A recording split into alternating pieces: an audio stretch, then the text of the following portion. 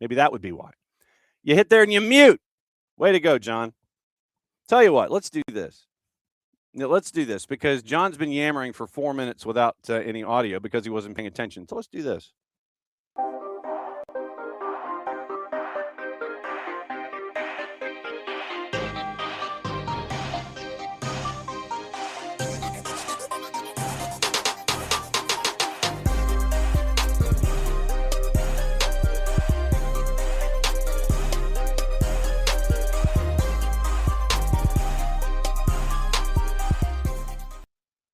You know it's a Monday when.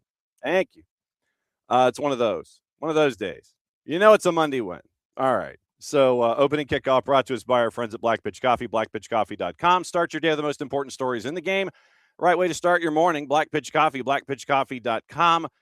Showing up at events all over Atlanta. Try their home blend made with beans from Brazil and Guatemala. Heavy-bodied, notes of walnut, semi-sweet chocolate, and a rich world-class finish. Opening kickoff powered by Black Pitch Coffee and blackpitchcoffee.com.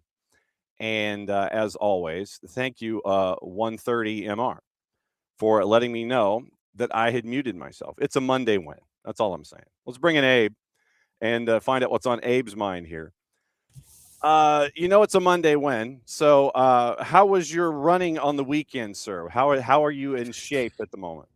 Yeah, pretty good. This is supposed to be peak week, but I am a little under the weather.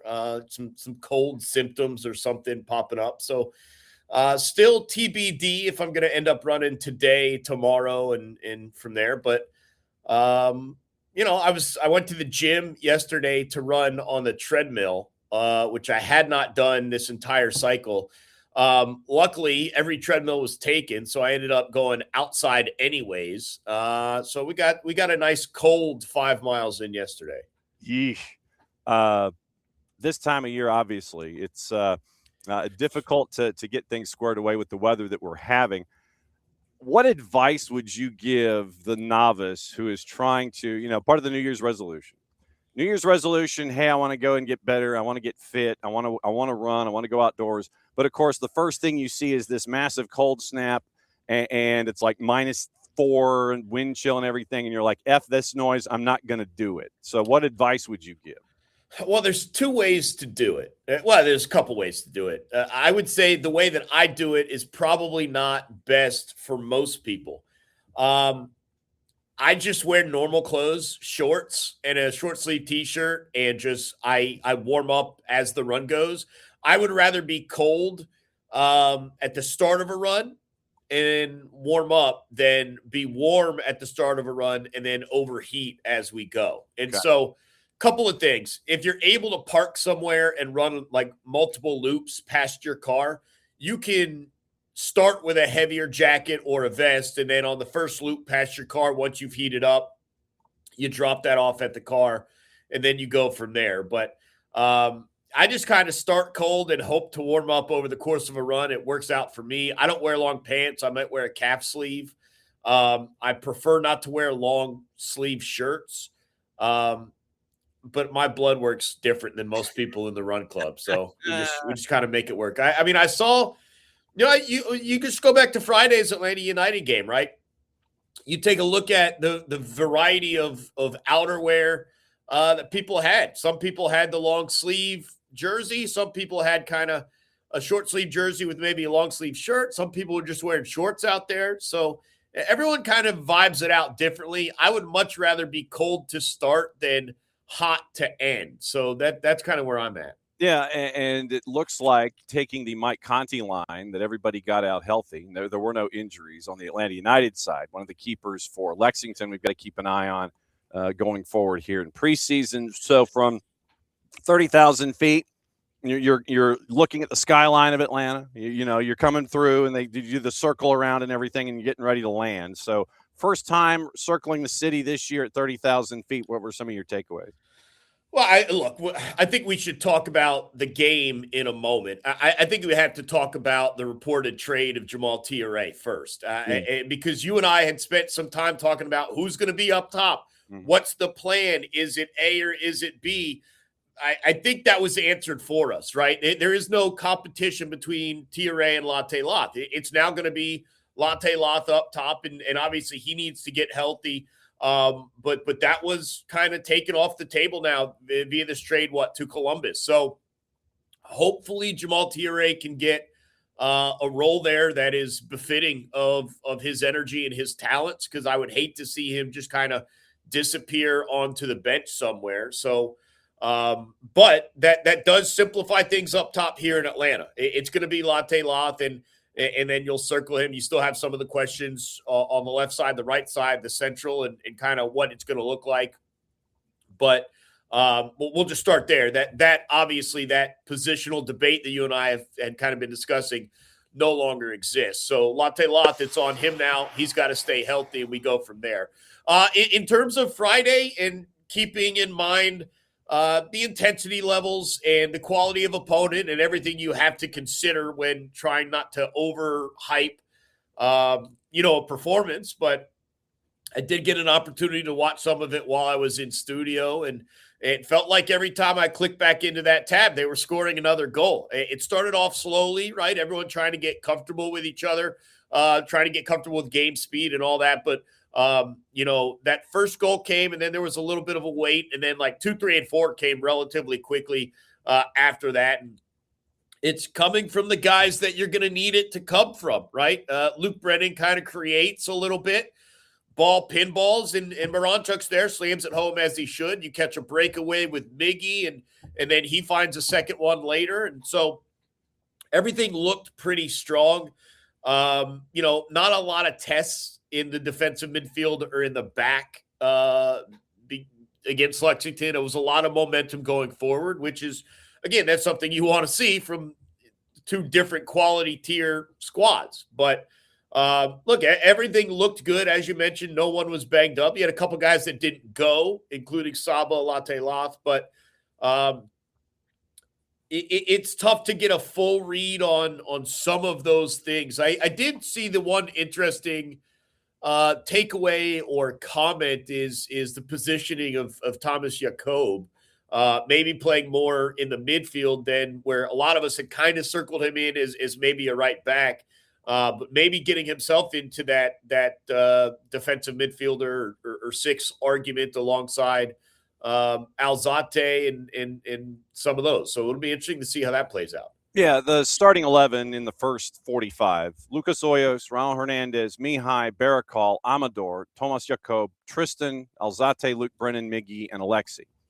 And I think that, once again, when you see a formation, and this is probably going to, as we prepare everyone for Atlanta United in 2026, when you see the TV graphic, disregard the TV graphic.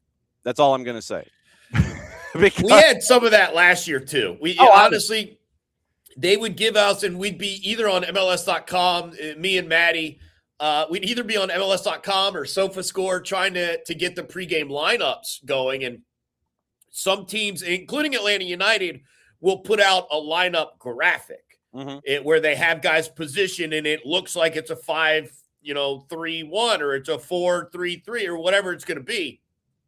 And then they come out. I was like, well, that's even Maddie during the pregame. We'd be like, well, that's not what they're going to look like. That's not the shape. It's the right people. It's the right names.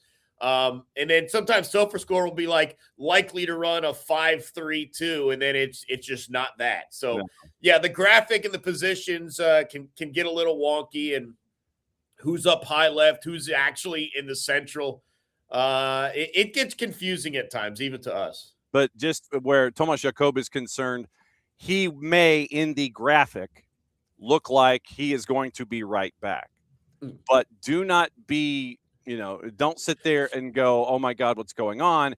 If he puts himself into the play and is going forward, whether he is making an inside run and you have Miggy and Alexi on the right-hand side trying to do their damage, and you see an inside run like we saw last season with the right back. If Jakob does that, if he rolls over a little bit and helps out on defensively and turns into a 6, if you were to have Tristan engage in the play and Jakob kind of slides over a little bit, those kinds of things, when you've got that kind of that's $1 in the jar for me now, Swiss Army knife, like Thomas Jakob, whether he slides over, engages in the play, just because he lines up in one place, you're going to see him doing all these things that you saw him do on Friday. Yeah, it sounds like the argument that my JV coach made for me when he tried to play me in the back. And it was just like, Abe, where are you going? You can't get caught forward. I was like, Coach, you should probably not play me in the back then. And that's how my time as right back ended. And I was moved into the up top position. But yeah, it's not going to be a situation where it's just total panic. And we have seen this at times, right? Where a guy gets caught out of position and a turnover comes and too many times the last 2 years, to be honest, that you just got bad numbers back. But yeah, it's not total panic that a guy's out of position if you see that. And again, there are a lot of new pieces and a lot of new names. And so the communication aspect of this is what's going to be important. Everyone understanding how to cover if someone's pushing and, carry it. I've got your back, all that stuff. All that communication is going to be really important and this is not new to Atlanta United or most MLS teams probably turn over 4 or 5 starters, if not more than that, every single season. And so they're not alone in this. But it may take a few games for not just the team, but certainly for the fans to get familiar with, hey, this guy's not wildly out of position, kind of just going rogue. This is part of the game plan. Yeah, and you would have, like I said, we'll get into this with Maddie, who's going to be batting second here. You'll see the center back. If Jacob engages, center back slide over, and the 6 will slide over to help out. Then all of that is what you're working on here. It's like, okay, if A, then B. If so-and-so does this, that means I am, instantaneously and instinctively reacting to do this in return to help with cover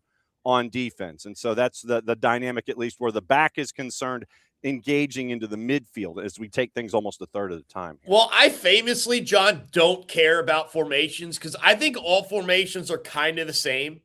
Like, and I know that there's generally some different responsibilities, but the argument between we have 3 in the back versus we have 5 in the back. And I'm like, no, man, a 3-5 and a 5-3 are the same thing. It's just a matter of where you're lining them up in theory. But the outside guys are still responsible. It's the same thing. And so I just never got too crazy about a 4-3-3 and a 4-5-1 are the same thing. They just are. So I'm super anti-formation being you're part of the 5 in the back. And so you have to do this. No, man, you're also part of the 5 in the midfield, whatever. Yes. The idea of a formation and a formation graphic is a loose construct. It is just you got 11 dudes out there, and because somebody fades and someone recovers, oh no, your formation's out of whack and it's something else. Well, yeah, because you're engaged in a certain aspect of play. And so I think that's number one is look, formations are for graphics and they're going to be wrong, except the moment the whistle hits. You might look like this, and then the whistle hits, and then all bets are off. Look at that. All bets are off come the whistle. We also mentioned the left wing or the left midfield, I guess, in this setup situation. And you saw Luke Brennan with some moments working his way. And there were times where Luke would be in the midfield helping out, and then he would drift and he would end up with the ball in transition, working his way down the attacking left-hand side and getting that support. So Luke Brennan getting moments because, once again, out of necessity, Saba injured and being monitored. And so it was an opportunity for Luke Brennan to get in some key minutes. Well, I've also heard or seen written some ideas of Moranchuk being on the left, taken out of center, and maybe that would push Miggy more central, but it might keep Miggy on the right, and you bring in some other playmakers in the central, potentially, the youngster who was just brought in from Spain, Adrian Gill, something to keep an eye on. So, yeah, I'm not really locked into anything there. I personally, I do think Moranchuk needs to stay central. I just think his vision and understanding of what this team is doing up front is too valuable to keep him kind of out on the one side. But again, he'll cut in. Guys will swing out left. They'll do crisscross and all applesauce and all sorts of stuff to make it messy for the opposing defenses. So. It's really fascinating to see the variety, though, of options up there. a number of which we haven't really discussed a ton because we just kind of assumed, hey, Miggy will be central and Moranchuk will be central, and you'll have some guys on the wings or this or that. But if you're being more aggressive and more attack minded, and you throw Miggy and Moranchuk up there with Latte Loft, it'll be very interesting. So there you go. Yeah, the applesauce makes it messy for the opposing defenses when you crisscross. So, I like this. There you go. You're going to have to save crisscross applesauce as a part of our dynamic this year when we're talking about Atlanta United. You've started something already after match day 1 in the preseason. Crisscross applesauce. We have to hang on to this.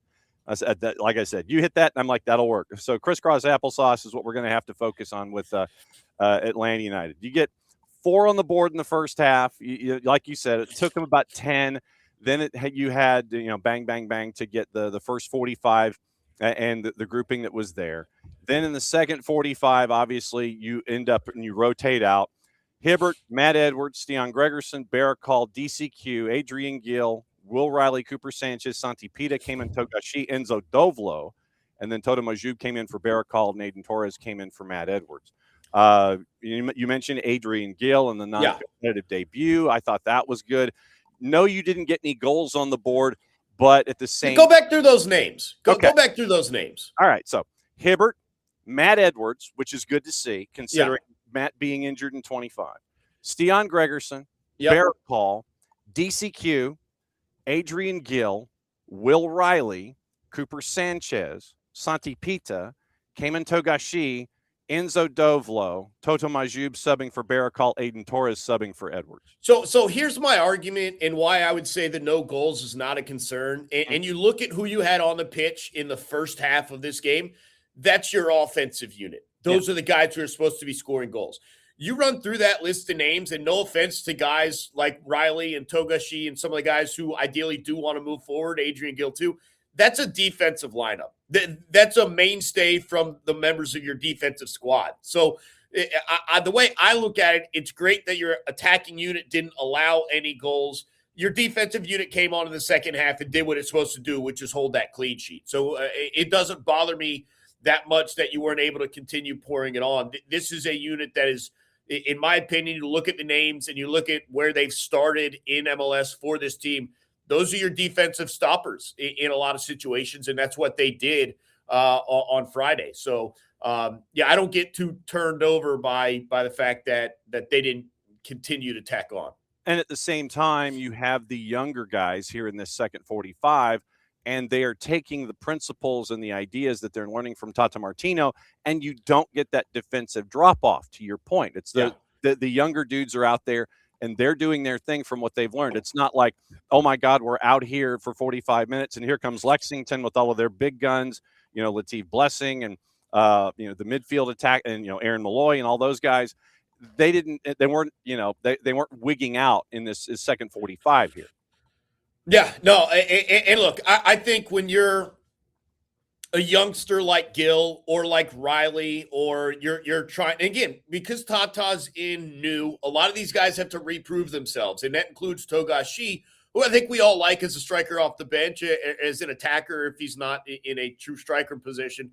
They've all got to reprove themselves. And I think the one thing that you cannot do if you're a youngster like that, even knowing the defense behind you, is catastrophic mistake, right? You can't lead into an opponent's goal. What I mean is them scoring a goal because of a mistake you made. And so I do think it was probably a little bit more careful for some of those guys moving forward because of that. And I think when you look at the first half, Moranchuk, you know what he's going to be or what he's going to do. Same with Miggy, even Luke Brennan. And those guys are afforded the ability to probably potentially make a mistake because the team's going to need them and use them up front anyways. And that obviously leads to being more aggressive and leads to goals.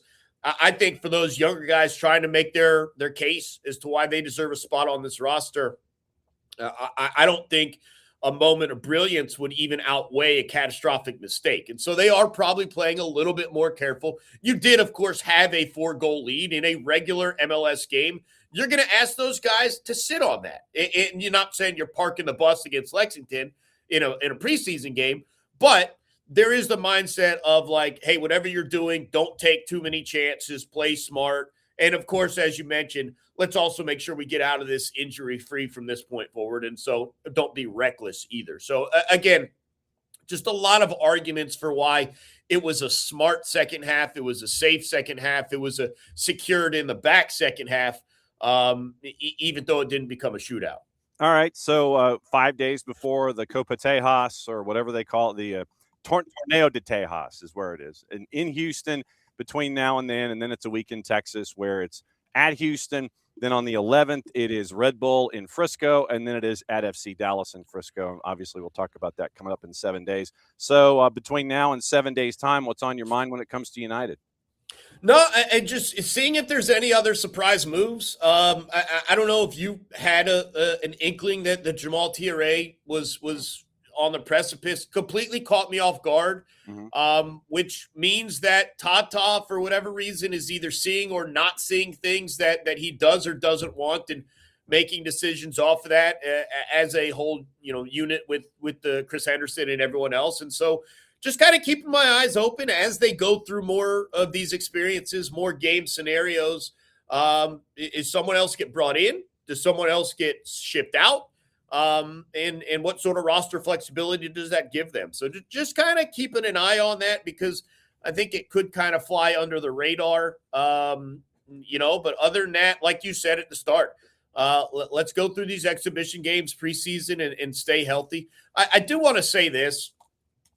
I thought there were a number of sports that dropped the ball over the course of this weekend. Yeah. Obviously, the first weekend without NFL football, this should have been MLS opening weekend. It just really should. We're all desperate to try and find something to watch over the course of Saturday and Sunday. And if college basketball is not your thing, then you're really left searching. I don't even care if you have to take this coming weekend off, right? And just kind of let the Super Bowl pass and then continue. But this should have been MLS opening week. If you're going to do the season at this point in the year, take advantage of people being sports hungry without getting delivered there. But that didn't happen. And so it'll, we wait. Yes. We wait. We will. All right. Good to see you, my friend. Stay hydrated and get over this cold. We'll catch up with you next week. Yeah. Thanks, John. Appreciate it. All right. Hot tag. Abe out. Maddie in. Time to go and discuss things with Maddie Cruz for the first time in 26. We have highlights. We have things. We have plenty to discuss. And, you had the chance, I'm sure, to sit there and just take the match and cut it into its fine pieces. You're sitting there and you've got 19 different things to discuss when it comes to Atlanta United and the win over Lexington. Where would you like to start with your discussion when it comes to what happened in the preseason for the first time in 26? Oh God. I could play highlights and kill some time if you want and have you think about it. We can start wherever. No, I thought it was a really good win. I wasn't actually at the match on Friday live. I was at Georgia State doing. How was that, by the way?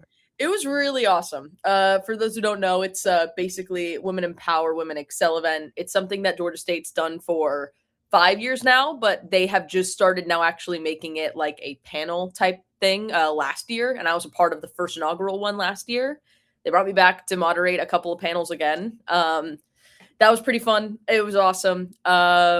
Definitely a really cool experience. Just an opportunity to, network and meet a lot of amazing women who are involved in the industry, and also help a lot of the players on the team also maybe find internships, find connections as well. But yeah, no, it was the first time ever. I've always loved Tabitha Turner, and it was my first time getting to meet her for the first time because she was one of the hosts as well for the entire day. So that was also very nice. But no, it was great. So I did unfortunately have to miss the preseason match. So I had to watch it on Saturday when we all were stuck inside and it was freezing and none of us wanted to leave our apartments or houses, homes, all of the above. So yeah. Yes. Yeah. So you end up, we were getting into it with Abe a little bit, and Abe has come up, I think, with the way to describe things offensively for Atlanta United in 2026. And it is crisscross applesauce.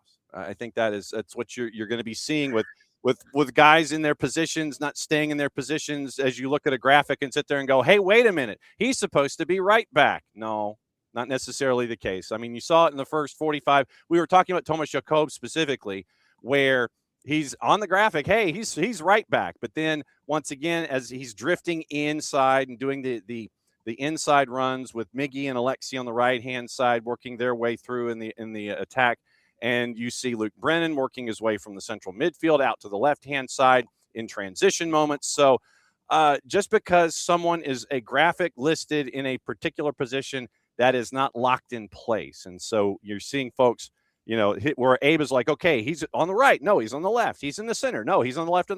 Crisscross applesauce. That's what Abe was discussing here when it comes to looking at what Atlanta United is trying to do offensively in 2026. I think it's also, too, when you talk about especially the way the midfield functioned. Like, I think we get so caught up on, oh, well, this player has to be the number 10. This player has to be the right winger. This player has to be a right back just because they were a right back. Tomas Jakob is a perfect example because he has played a center back. He's a right back, but he also has played a 6. He's played that role a lot. And that's honestly what you kind of saw him do a lot in that game as well. But also you saw it from a player like Alexi Miranchuk. Alexi Miranchuk, we've seen play that central midfield type role and being that playmaker. He essentially did that, but this time he did it up top. And I think Jason had mentioned it, and I do agree with him, especially when you read the article on SDH. You should go give that a read if you're gonna really like a breakdown of it, because it's true. Like Alexi was playing as a 9, and a lot of times when we see, oh, it's a player not playing in that position, it's a false 9. No, he was playing a 9. He was just Alexi decided to just ball out, and I was so here for it. AM 59 was losing his mind. He was going crazy, and I loved it. He was doing a really good job. Miguel Almiron also played incredible too, and I think it really shows. I mean, there were a lot of discussions about Alexi and Miguel, and they're both so uniquely talented players, and we saw flashes of what they can do together last season. And we saw it in full swing in this match, that they are building this chemistry, that it is working, and you can get really good results from it. And it was beautiful sequences. And even too, I think what impressed me the most was, honestly, it was a lot of just how they timed the pressure that they were giving Lexington. It was a lot of that very composed. It was really, really it was really good soccer IQ with, okay, when do we press? How do we go? It's not just, oh, I'm going to run at somebody and hope that they lose the ball. It's really well timed. And it was every time they got the ball, it was, let's get this forward, let's go. And it was really well timed. A lot of these players are so technical that they were able just to boom, boom, boom, boom, boom, and then you're there in the back of the net. I mean, Luke was doing a great job too as well. Had a part in the assist for the first goal. It was really good, just brilliant, just driving through and then able to find that ball. It took a quick deflection, and then Alexi able just to slot it home. Overall, it's a match that isn't going to show a lot about, we saw a lot of what I think Tata wants this team to do tactically. But again, it is a preseason match. You're still trying to build endurance. You're trying to build fitness for a lot of these guys, getting them ready for the upcoming season. So it's a lot of, all right, let's go out there and let's see what you can do, what we've worked on in these past couple of days in training. What can you do? I will say, and I agree with Mike Conti when watching this too, that second group that came out, incredible. Absolutely incredible. Enzo, I've seen him within UNC Greensboro during the SoCon championship. He just decided, I'm just going to do some back heels and we're going to have a fun time and a whoop-de-doo, because, oh my gosh, he's great. I'm very excited to see him continue wherever that is. If it's with occasionally coming up for the first team, if it's with the second team, he's going to be a fun one to watch. I thought Matt played a really good game as well. I thought Matt did really good. Santiago, I don't even know. He's just, I don't even know anymore. I feel like I've praised him so much. I feel like I'm going to do it again because it's wild. He's actually insane. And then I really liked Gil. I thought Gil was incredible. I'm really excited to see Gil as well, wear the Atlanta United crest. I talked a lot, but hey, Oh, it's all good. So here's goal number 1 and how it happened. Once again, courtesy of our friends at Atlanta United. Ends up with AM 59 getting on the board to make it 1-0. This is Malloy. Atlanta United wins it back. Countering now. Luke Brennan. He'll carry it into the box. Luke Brennan. And the first goal of the preseason scored by Alexei Miranchuk for Atlanta United. Miranchuk just stays with it as Brennan drives into the 18, makes something happen. It doesn't come off clean, but Brennan being aggressive on the dribble, creating this opportunity. You see it again here. Brennan cutting in, it gets deflected, and it falls to Miranchuk at the top of the 6. He's going to bury that every single time. Good start to the preseason for Atlanta United. Now, getting into the idea of 9 versus false 9. Now, this is where I want you to put on your soccer hat here for a second. 9 versus false 9. Yeah. Where Alexi was more of a true 9. Yes, it was out of necessity because of no latte lot. Yes. So Alexi is, he's pushing forward in a more central fashion, but it was as more of a true 9, a false 9 being. So for those that are still trying to get the idea of 9 versus false 9, what is a false 9 as opposed to a true 9? Yeah, it's interesting, right? I think one thing, and you kind of hit on it already, one thing to note as well, like obviously Alexi playing that role as the 9, it's a short-term thing. It's something you ideally, like, it's nice to know you can do it, especially now, especially when those situations, but you were missing Latte Lath and you also were missing Saba Lobjanidze too. Those are 2 players that normally do fill, especially in the attack for Atlanta United. So that is it. And that is an interesting thing as well to think about too. But I think it was practical for the short-term availability issue. But I think it definitely allowed for maybe it's like, oh, now we can do this. And he's never been described as doing a typical 9 stuff, but he wasn't purely a false 9. A false 9 is basically where the main striker is going to drop more deep into the midfield instead of staying in a higher position at the opponent's goal. And it's basically, that's kind of their role. Like, you're going to see a false 9 more or less tend to drop a lot more, which is then going to maybe allow a lot of those other players to step up. Like, you're going to see it a lot. Alexi wasn't doing that. He was doing it occasionally, but then he would be up top. Like, it's one where a false 9 is an actual, like, it's a role. It's a role that a player will play. Now, will they do it all the time? Again, no. Games change all the time. You could say, hey, you're going to play as a 9, but it's going to be more of a false 9. But then as the game goes on, it's like, hey, actually, I want you up in that box. You're not going to leave the box. If that ball is coming towards the box, you're going to score. And you're like, got it, cool.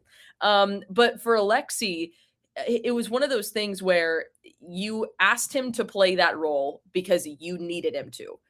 He played it very well. It gives you that extra option now. We know that Alexi can find a way to score. We know that he can do that because it's Alexei Miranchuk. He can do that. But it was the thing about it was, he didn't purely play as a false 9 and vacate the central attacking channels either. He didn't do it. He did everything. And both of his 2 goals, I mean, to start, were in those classic striker positions. But at the same time, he would also drop to the midfield, and then he would help connect the passes, and he would help create those moments. He did that for Miguel's goal. Like, he did that a couple of times. And it's the versatility that he does shows. And it's one of those things that the actions that he did weren't improvised. He knew what he was doing. He knew exactly what he was doing. And I think it's the one thing to note is that Alexi's just a very intelligent player to begin with. He reads the game very well. And the fact that he's able to notice when he can go, where he can go. And I also think it does come from knowing your teammates a little bit better too. I think it comes from also knowing Miguel Almiron a little bit better too. The way that they were able to pair off of each other now. It's something Tata Martino said in preseason before this matchup, that he does think that they can play together on the same field and that they both have very different qualities. And I'm reading off of the thing on SDH too, because I really like what Jason said about it.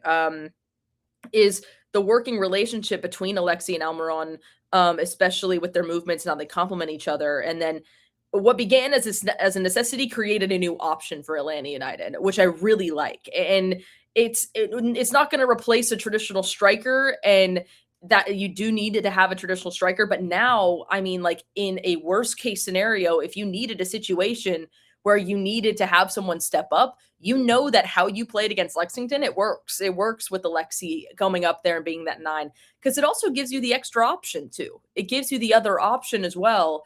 If you have Alexi stepping up as that 9, he can drop back, which then can maybe allow for a player to move over. It can allow for Luke. It can allow for Miguel. It can allow for somebody else to step up. Like it's one where it creates so many more options for the Five Stripes going forward. And it's one where it was created because we need someone to play the number 9. And that's just how it all shaped out. And I think it's it's the one thing about preseason. You kind of learn new things about your team. You learn new things about your players. You learn new things about everything. It's the first time you get to see your players in action and how they play in a full game. And you got to see something. You got to see something that you might like for any future games. Because who knows? We might see an MLS game here in the next couple of months where, you don't have any secure strikers on your roster for this time because someone's injured or someone is unavailable. Like, so then it's like, all right, hey, we did this in Lexington. It worked pretty well. Let's do it again. And you end up with goals 2, 3, and 4 on the board. Which goal would you like to hear next? Oh, gosh. We'll go in order. Let's do the second one. All right, so here's the second one. Once again, familiar voices. Mike and Jason, ATLUTD.com, made it 2-0. I think we've seen a lot of the principles of play. We've seen this team want to build up with the ball. We've seen this team press aggressively to win the ball back. We're seeing some variations in that 3-man build-up in the shape. That time it was Jakob in the middle. That was a great flick by Almiron. The attack continues. Moranchuk up to Almiron, and he scores.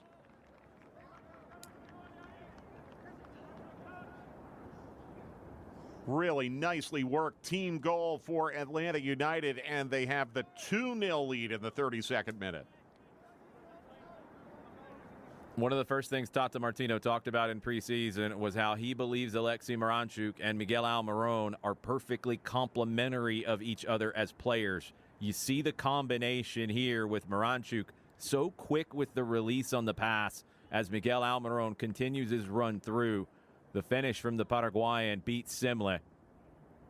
Good work by Atlanta United to get forward quickly. They will want to control possession, but when the opportunity presents itself to go, get vertical, get quick. Verticalidad is a big part of what Tata Martino wants to see. You saw how fast they went from back to front that time. And there's your example that you were getting into there with goal number 2. Find your possession, work it quickly, and pinpoint passing, and you end up with the slam dunk with Moranchuk that made it 2-0. Yeah. And Jason said it right. It's the one thing, especially in this game, you can never fully guess how a game's going to play out until the game has happened. And it's in those situations where sometimes you're going to be handed a ball and it's like, all right, go, take it and run. And you have the players who have the technical ability and the IQ to know, all right, we got the ball, we have the option, let's go. Like, let's ride. And that's exactly what they did. And it's going to be a big part of the way that we see this team play this season too. They will like to control possession. They want to have that control as well. But when the opportunity does present itself, you're going to see them run. Let's go vertical. Let's ride. All right. And so you did get into the second 45. You got into that lineup that was there for the second 45. So let me reemphasize once again, your starting 11s in this matchup. So it starts with Lucas Hoyos, who really wasn't challenged in the first 45 by Lexington. Hernandez, Mihai, Barakal, Amador, Jakob, Tristan, Alzate, Luke, Miggy, and Alexi. That was your first 45. Then you had 2 carryovers, but you end up with Jaden, Matt Edwards, and I'll reinforce the idea. Matt Edwards, glad to see Matt back out there after dealing with injuries last season. Stian Gregerson, please stay healthy. Barakal, DCQ, Adrian Gill, we can probably bookmark Adrian Gill. Will Riley, would probably bookmark him. Cooper Sanchez, Santi Pita, Togashi, Enzo Dovlo. You mentioned Enzo Dovlo. Toto Majub came in for Barakal. Aiden Torres came in for Matt Edwards. I think that when you look at the midfield of Gill, Riley, Sanchez, Pita, and put them wherever you wish to put them in your jigsaw puzzle, that's a handful of guys that you got some first team minutes with a couple of them. Obviously, Will gets injured. and his first team minutes, as he's having the injury treated, they go away, focusing on recovery. But you see Cooper Sanchez coming in, not afraid last season. You see Santi Pita with the twos, and I think that Santi, with his time, I think that he grew and grew and really is going to be creating problems in MLS Next Pro next season. What else sticks out when I mention guys like Gill and Riley and Sanchez and Santi Pita to you? Yeah, I think one thing that I loved about one thing I do love about preseason is that you do get to see a lot of these guys, that we know really well from the twos and stepping up in those moments as well. And you get to see players that I think are trying to prove it to themselves too, especially to this new coaching staff of, hey, yeah, I can be of use. I can help you. And I think specifically for those 4 players, Enzo Dovlo is a perfect example. Obviously, he's coming in from the draft. So he's going to be stepping up and he's wanting to make an appearance. And I think in that 45, he was trying to showcase what he could do and also that he can fit into what Tata wants to do as well. And he can be someone that you can rely on in those situations. And I think he's a great player. I'm really excited to see him continue to grow. Santi Pita, I think, has taken immense strides from last season to now. I think he's only going to continue to get better and continue just to be a menace and continue to just search for 1v1s and create his own 1v1s just for the heck of it. And he's like, I'm going to do it. Why not? And he's going to get out of it. We're all going to be like, all right, cool. We're like, all right, Santi, awesome. We're like, and he's just going to continue to go because he's Santi Pita. And he's wild. No, but I think Will Riley and Cooper Sanchez are the 2 that I think I really enjoyed. I like that we got to see Will Riley wear the little bit of the captain's armband. That was really cool. And I think Will is a player that it was funny talking to Matt Edwards a little bit before with Jason on the SDH network about the homegrowns in that group. And, something that Matt said was, we do try to stick together. They had dinners on preseason. They still do them. And it's about, helping maybe some of those younger homegrowns who are coming in now, help let them get comfortable. What are some of the tips that they have for these homegrowns as well? And I think you're seeing Matt, Jay, and Will and Dominic and a lot of those other homegrowns step into that role to say, all right, let's help them. Let's get this done. They're all uniquely a part of this random group called the homegrowns that we've seen for years. These players that have grown up in the academy that have been Atlanta United their entire life. And I think what's so cool for Will is I love the way he commands the space as in the midfield as a player. I think he just has this ebb and flow about him where he's in it and he's ready to go no matter what. And he'll be thrown into any position you put him in. He's going to be ready for it. And I think he is one of those leaders. And I think it was really cool to get to see him wear the captain's armband. And then for Cooper is also a player that in other words, because I can't say it because then we'll get the explicit warning. He doesn't give an F. He says, I am going to go into a tackle and I'm just going to do it. And it's, again, something that Matt also said. This team wants to be a little nasty, have a little bit of bite. And Cooper Sanchez has that bite. He has that bite about him. He has that technical skill and the ability just to weave around defenders and weave around those players on the opposition. But he also has that oomph about him, which is also really key. And it's cool to see because you see a lot of these young players. And I like seeing their personality when they're out there too. And you do see that, I think, with all those guys. And it was fun. It was honestly great. I have a Stranger Things puzzle out there right now. I was having the game on, doing a little puzzle on Saturday. I was having a great time. It was awesome. I like the bit of nasty. I want the black cat out. I want the black cat out there. I don't mind, reminding somebody, this is mine and you can't have it. You knock them off. You send them into next week. Remind them who's, next time you come through, what's going to happen. Another one of the guys that I wanted to discuss with you is Toto Majou. And he comes in the second half. And last season with the twos, Toto, to me, at times was kind of like that new Colt. And literally, he's just out there running around and he's bucking everything. And he's just out there running around in the field and he's having a fun time. and then mom will call him back, because it's time to go into the barn. But you saw what Toto could do, both as a center back and when he decided that he wanted to engage offensively, which he had no fear in doing either. But I'm intrigued. I want to see how Toto continues to mature in that role, and what Tata and the staff and Jose and the staff are looking for from him coming into this season, considering what we saw last year. I mean, there were times where it was like, trying to grab onto a comet with your bare hands and try to hang on to it, But Toto is someone I'm looking forward to see his next stages of development. I agree. And I think you're also tasking him, too, to being that veteran player with the twos as well. Moises Tablante, as well as Patrick Weah.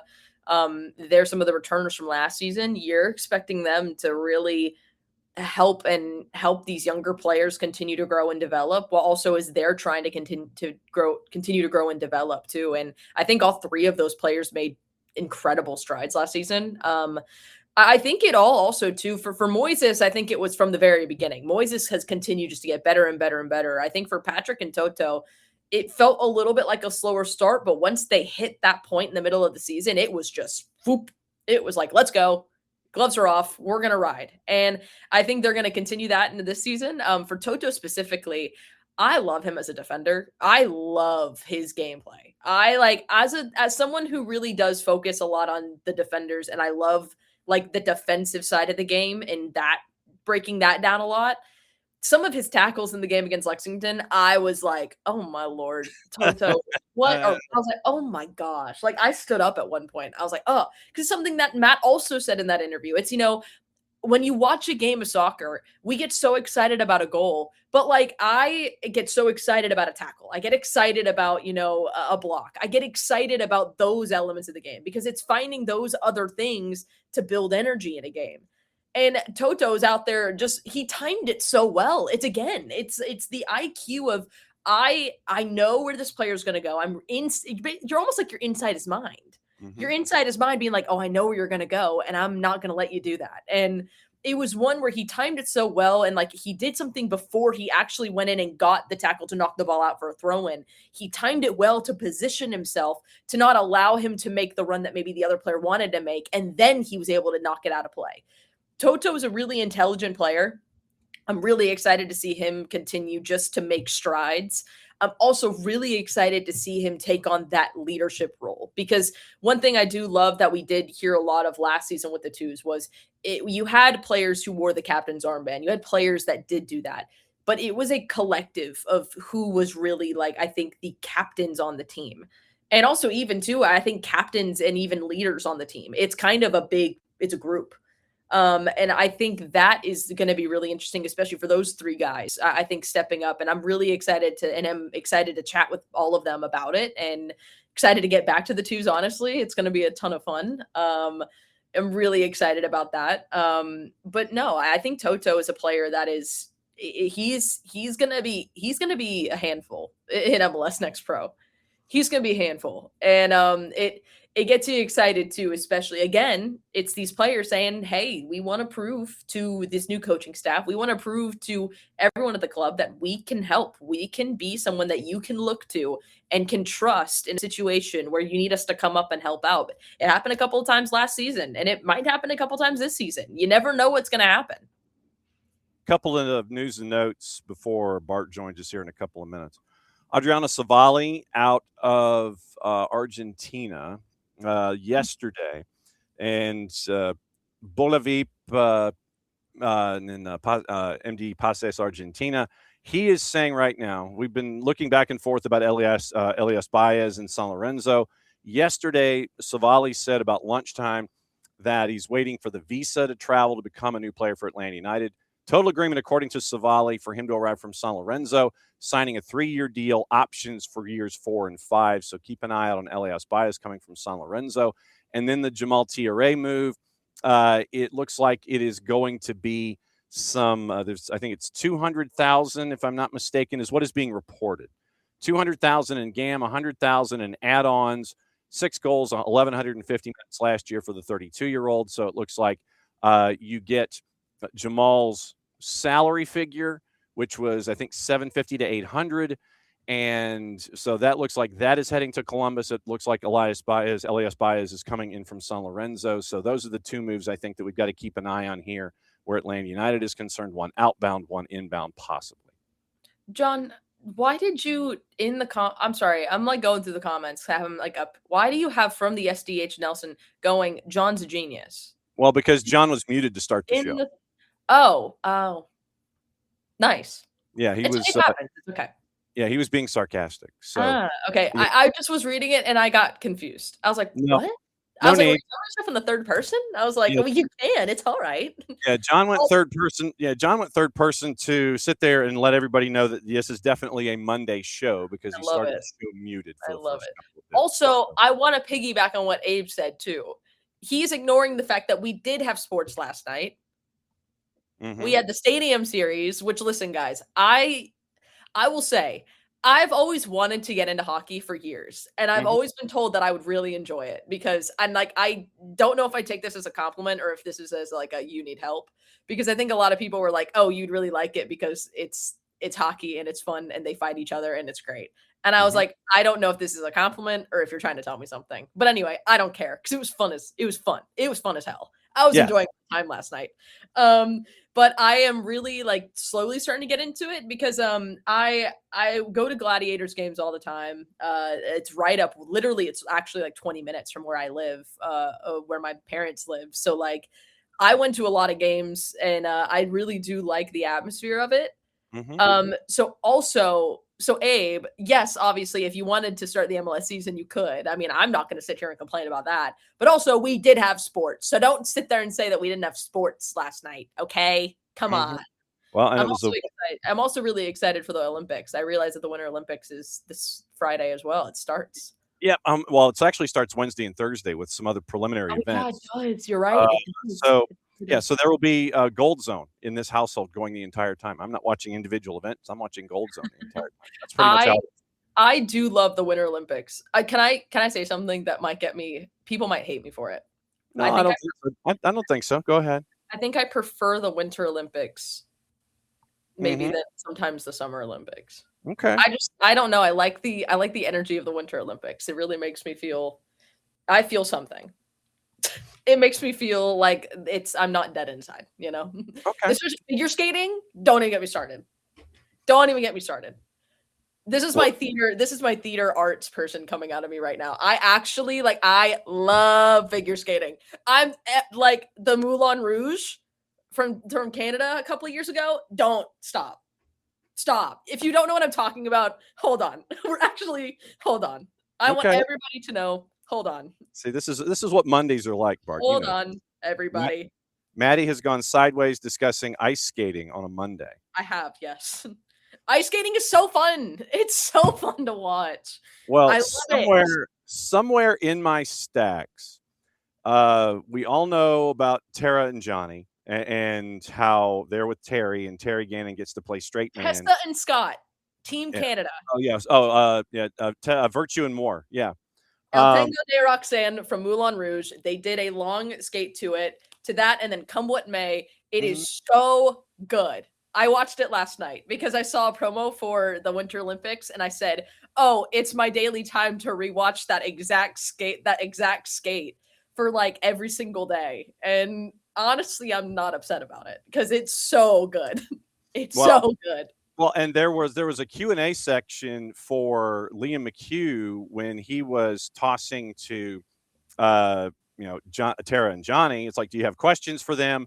And so, of course, me being me, I submitted a question on the boss's social media to NBC for Tara and Johnny, and it got read over the air. You know, I'm just saying. And then she proceeded to yell at me, and it's like, why did you do that to me and embarrass me in front of a worldwide audience? But she asked a good question, so it's okay. Well, it was like, okay, so if the two of you could do a number in figure skating, what would the song be that you guys would do the number to? And they looked at each other and they went, oh, it's easy. Turn down for what? You know, so that would that's kind of iconic. That would be that was their number. But so you're coming back next week at 9:30, Maddie? Next week, Possibly. Okay. Because I don't know if you know what's Sunday. It is Super Bowl. Yeah. Roman numeral classic. Will I be awake? I don't know. I wish that I could tell you that I will. Okay. I don't know. All right. Okay. Well, I'll let you know. I'll keep you updated. Right. If not, I'll be here one day this week. Fine. You'll be here. You'll be here at 9:30 Monday, or you'll crash whenever you crash. Yes, as always, good to see you. Don't be afraid to come back in, as you know. And now it's time to catch up with Bart. Say bye, Maddie. Bye, everyone. Bye, Maddie. Oh boy. Yeah, Tagging in and out. John, we got curling starting on Wednesday, by the way. Mixed doubles curling is one of those preliminary events. The U.S. team doesn't get on ice until Thursday with a 4:05 a.m. start against Norway. Not happening. It's good that you're going to. If you're looking for some excitement. No, not at 4:00 in the morning. I'm not. I'm still looking to, maybe. Just not sleeping that. For another couple of time mixed doubles are 4:05 a.m., 8:35 a.m., and then 1:05 p.m. So 8:35 and 1:05, those are doable. Yeah, those are doable. Those are the ones that we look at. And I'm sad that we don't have our buddy John Schuster that is attached to Mr. Schuster. No, got ousted in the finals of the U.S. qualification tournament by the Young Guns. Hey, look, I'll say this. I know we love John Schuster. His team has done great things for curling in this country, but the fact that we have new U.S. champion and a new representative at the Olympics is pretty awesome. And I think that hopefully will go a long way in continuing to get this sport to continue to grow in this country. I love it. I mean, anyone knows I'm a huge curling fan, so I'll be watching. I do think the team that has the most opportunity to get a medal will be our mixed doubles team. That they are currently 6th in the world, which I think is the highest of the three U.S. curling teams at the Olympic Games. But mixed doubles curling is interesting because it's so different than the regular game. And Corey and Corey are both good shot makers, but Corey Duncan in particular is one of the best sweeps out there. So I think that'll help them on their road, hopefully getting a medal. Not gold necessarily, definitely. I think they are in line for a medal. All right, so since we are curling down here, well, nothing wrong with that because, like I said, we've had Shuey on the show. That's fine. When this hour, we're going to be kind of discussing. We got cards and calls. It was VAR was having its own moments. It was having some. It wasn't even having senior moments. It was having just moments on the weekend. So we got that to get into. I do want to get into Yanks abroad.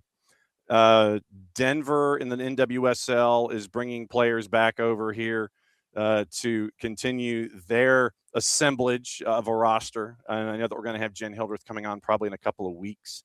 KCD, I think, is coming back Tuesday the 17th to start things here. So we'll have KCD to talk about the NWSL.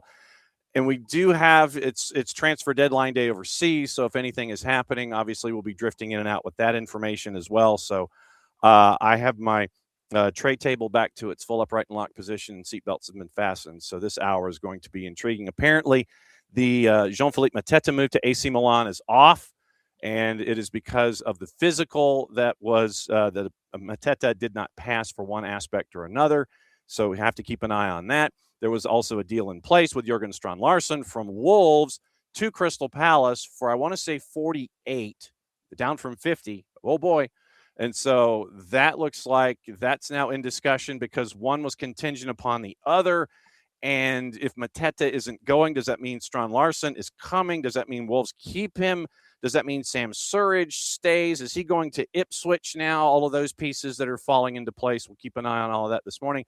Columbus did say that Jason Russell-Rowe has been transferred to Toulouse in Ligue 1 for an undisclosed fee, and they're going to get a future sell-on. So the Jason Russell-Rowe / Jamal Tiare transaction, that first stage might be headed overseas. So we're going to be kind of drifting in and out of all of this in this hour before we The dominoes are falling. Yes, they're falling, and I've never been very good at it, so I'll let everybody else piece them all together. So we'll be letting you know what's going on with transfers because it is, I want to say 7. I think it's 7:00 local time, so 2:00 here. Right, Yeah. 7 is midnight there, so we have until 7:00 our time to keep an eye on what's going on with transfers, and we'll let you do the morning, and we'll talk about it again. Soccer over there tonight starting at 8. Okay, I think I've got it covered. Now, where do you want to start? Do you want to start with the fun with VAR? Do you want to start with the red card that happened in the second half of the Supercopa? Do you want to start with Yanks abroad? Where do you want to go here? Well, allow me to first start by saying Arsenal are champions of the world. Thanks for the assist there. I did finally figure out how to find the stream. I was so confused because I had watched both these previous matches on DAZN on my little, had to watch it on my phone. And then I'm like looking for it everywhere. It's not coming up. I even did check the Paramount Plus app, but I guess I did a search and not like the TV listing. And I didn't. Nowhere had they said. And I follow all of these channels on social media of some sort. Nowhere did they put it out that it was on Paramount Plus until I guess, I don't know, 10 minutes before kickoff. I finally did get to watch it. Arsenal end up winning the inaugural Women's Champions Cup, which is the precursor for, I forget if they said they're going to have one next year or not. I don't think they are. But then 2028, they'll have the Women's Club World Cup. So This is kind of the annual tournament in between the years of the Club World Cup. So yes, and Arsenal get the first one. Yep. So Arsenal knocks off Corinthians. It takes a little longer than folks probably anticipated because of a late goal.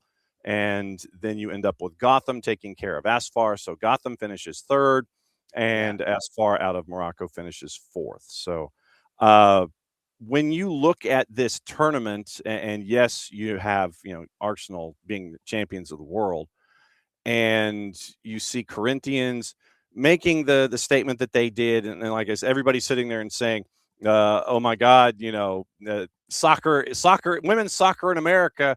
Oh my God, everybody." I swear I saw more punditry after the semifinal loss, which literally came off of a deflection that goes past Ann-Katrine Berger to get Corinthians into the final. I saw more people overseas sitting there and basically saying that the NWSL and U.S. women's professional soccer needs to it ain't all that it's cracked up to be. And I literally, at that point, was like, are you serious with this? And I know that a lot of the times these days it comes up with clicks and everything is what you're trying to generate. But the little sky is falling, oh my God, U.S. soccer has to take a step back and look at itself. I was amused with the number of folks that went in that direction. I think it's fair to criticize Gotham for losing the semifinal, right? I think that is an okay assessment of their loss. Say, hey, y'all should not be losing that match because they also lost to a team that was they lost to a team that was also in preseason, right? I think that's the criticism. Corinthians is not yet in their full season mode either. So I think you can look at them and say, what are we doing here? But then I think you also have to look at it and go, okay, well, they are in preseason.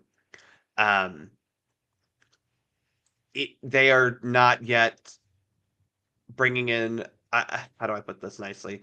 They have not yet assembled the roster they want to have for the next edition of Gotham FC. So there are a lot of things that I think you can reason away, but I don't think it's unfair to say it's not great that you didn't beat a team that you probably would beat on a lot of other given days. Corinthians are a good team. I mean, it was dominant. You saw it was dominant except in one aspect, and it's the aspect that you need to advance when you're in tournaments, and it's goals. And so the more that you assert your way of play, but don't get a goal, keeps the other team in. And we've always talked about this. When that underdog stays in and stays in and stays in, you open yourself up for that moment that you had with 7 or 8 minutes to go. And it ends up with an opportunity for Corinthians to to get that goal on the board. It's a shot, and like I said, it's deflected inside the 18, gets past Berger. It's 1-0, and it's like 7 minutes plus added time to try and change that. But the more that you keep a team like that in this game, you set yourself up for those opportunities. And Corinthians got that one chance, converted the one chance, and then you end up with Gotham losing and then winning the third place game. So, I mean, I get it. They were dominant in every category, and there you go. Yeah, and I think the criticism could be, okay, you still probably should beat this team. And that's fair. I think that's fair criticism. But I also just think that this is the first tournament like this, truly. We've seen kind of Super Copa tournament or friendly tournaments. You didn't win the one game you needed to win. You're going to get criticism. That's all I'm saying. Yeah. And, would they beat Arsenal today? I don't know. But, I also would say if Arsenal beats an in-season Arsenal team, beats a preseason Gotham team, what did we learn from that either? Gotham, they didn't beat Corinthians because, as you said, yes, they dominate, but they didn't fall in the back of the net at all. Arsenal should have closed out Corinthians, and they didn't because of a kick that I'll say this. Okay, this is the thing down here segment we're getting into briefly. Sure. Where's that? Look, we've seen her before. Where's that referee that was from? She's from CONCACAF. And what do we know about a CONCACAF referee final? You got to have a bit of drama. And she made sure there's a little bit of drama in the final. Gets a very dying breath penalty kick. Arsenal, I think looked better. Kind of as you described, looked better the whole game. They're a scrappy feeding team. I think they exhibit what the national team is, where very tested across the board. If you allow them to hang around even the slightest bit, they're going to cause you problems. They're probably going to hit you on some sort of unexpected goal because they're incredibly talented. And that's what happened. And I think, again, that's what happened with Gotham is, you didn't take care of your job, and a very talented team found a way to score a goal. You end up with the result for the WCC that you did. Okay, so getting into cards and calls, since we kind of transitioned here, couple of things that I wanted to walk through, specifically the equalizer in Villa and Fulham, and the VAR that we have going all the way back to the beginning of the play that creates the transition opportunity that ends up being a goal that's 1-1, and then VAR goes back and looks at it, wipes it off the board. I want to go there first, and then after that, I wanted to discuss giving a red card coming back from intermission, which happened in the Super Copa, just on general premise. It's not something that we've seen. We saw it. I think Javier Mascherano got a red walking back out for the beginning of the second half, and I think that that was the last time I saw it. But you saw that in the Super Copa. But let's go back to Villa and Fulham first. And Villa and Fulham, it's 1-0 at the time. You have a coming together. You have a challenge. Player goes down, and the ball in and of itself leaves the field of play, but you don't know this at the time. The only reason that you know this is when VAR goes back and looks at it. But ball is saved at the time. Possession is saved. Starts a transition opportunity, goes all the way down to the other end, results in a goal. And then in review, it is shown that the ball exits the field of play. I had folks that were watching this match with me wondering, was it conclusive, A, and can you go back that far, B, in VAR to look at something to wipe something off the board? So I guess those are the two talking points here. Looking at the ball exiting the field of play, and how far back can VAR actually go to overturn a decision or an action, I guess is probably the best way to phrase it. How far back can VAR go to overturn an action? and then looking at the ball exiting the field of play. So those, I guess, are the two main points in that one from Villa and Fulham. So let's talk the theoretical one first, right? How far? Well, maybe not even theoretical, practical one. VAR can look at where the attacking phase of play began, if you remember. So let's take this back to St. Louis. What, 2 years ago now, maybe a year, where Atlanta United has, I believe that St. Louis City has called back from Atlanta United because a foul, right, initiated the attacking phase play. Is that we all remember that series? Yes. However, right, because we thought, oh, they'll be offside. Well, actually, what we looked at is a foul that the attacking phase of play. So you start at the attacking phase of play, and in this particular sequence, the attacking phase of play begins with, as you mentioned, a ball collected by goalkeeper, I believe. After it allegedly goes out of play. That's the fair point that we're making here. Yes. Now, they're allowed to look at that, right? Balls in and out of play that lead to goal are going to be checked. A ball is out of play if 100% of the ball is 100% over that goal line, right? That's where that's really the equation. Now, in this review, the problem here is going to always be that when a ball is moving at any sort of pace, it is hard for the referee to make sure they're fully in position to see if that ball went out of play. And if they are in position, sometimes it's hard to see if the ball fully out of play, especially if it's the other side of the goal.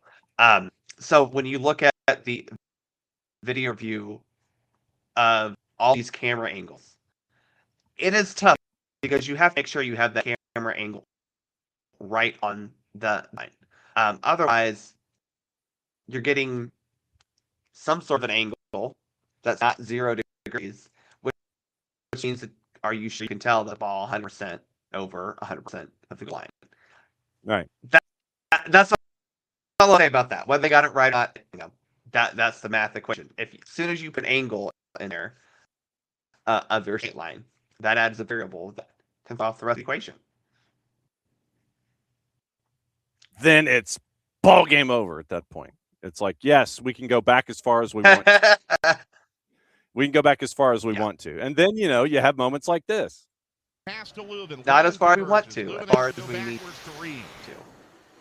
Reed now in front of the left halfway line, playing it up to Durkin. Oh, hang on just a second. Let me get to the right point here. Let me see if I can find it. They're feeding him Klaus. They're feeding him the Klaus part of it. It would not be the first time there's been a miscommunication either. And that's a problem, too. But this is ridiculous. Well, it is a judgment call from the referee crew that is here, who is in the building and made the decision. This is not what video assistant referee is here to do. No, and it shouldn't be taking this long either. The length of review now is in its 5th minute. This is absolutely absurd. It should not be happening. This Yes. is not why you have foul at the start of the sequence. So at the start of the Hang on. goal-scoring sequence. I'm getting there. I'm getting there, people. Well, now here.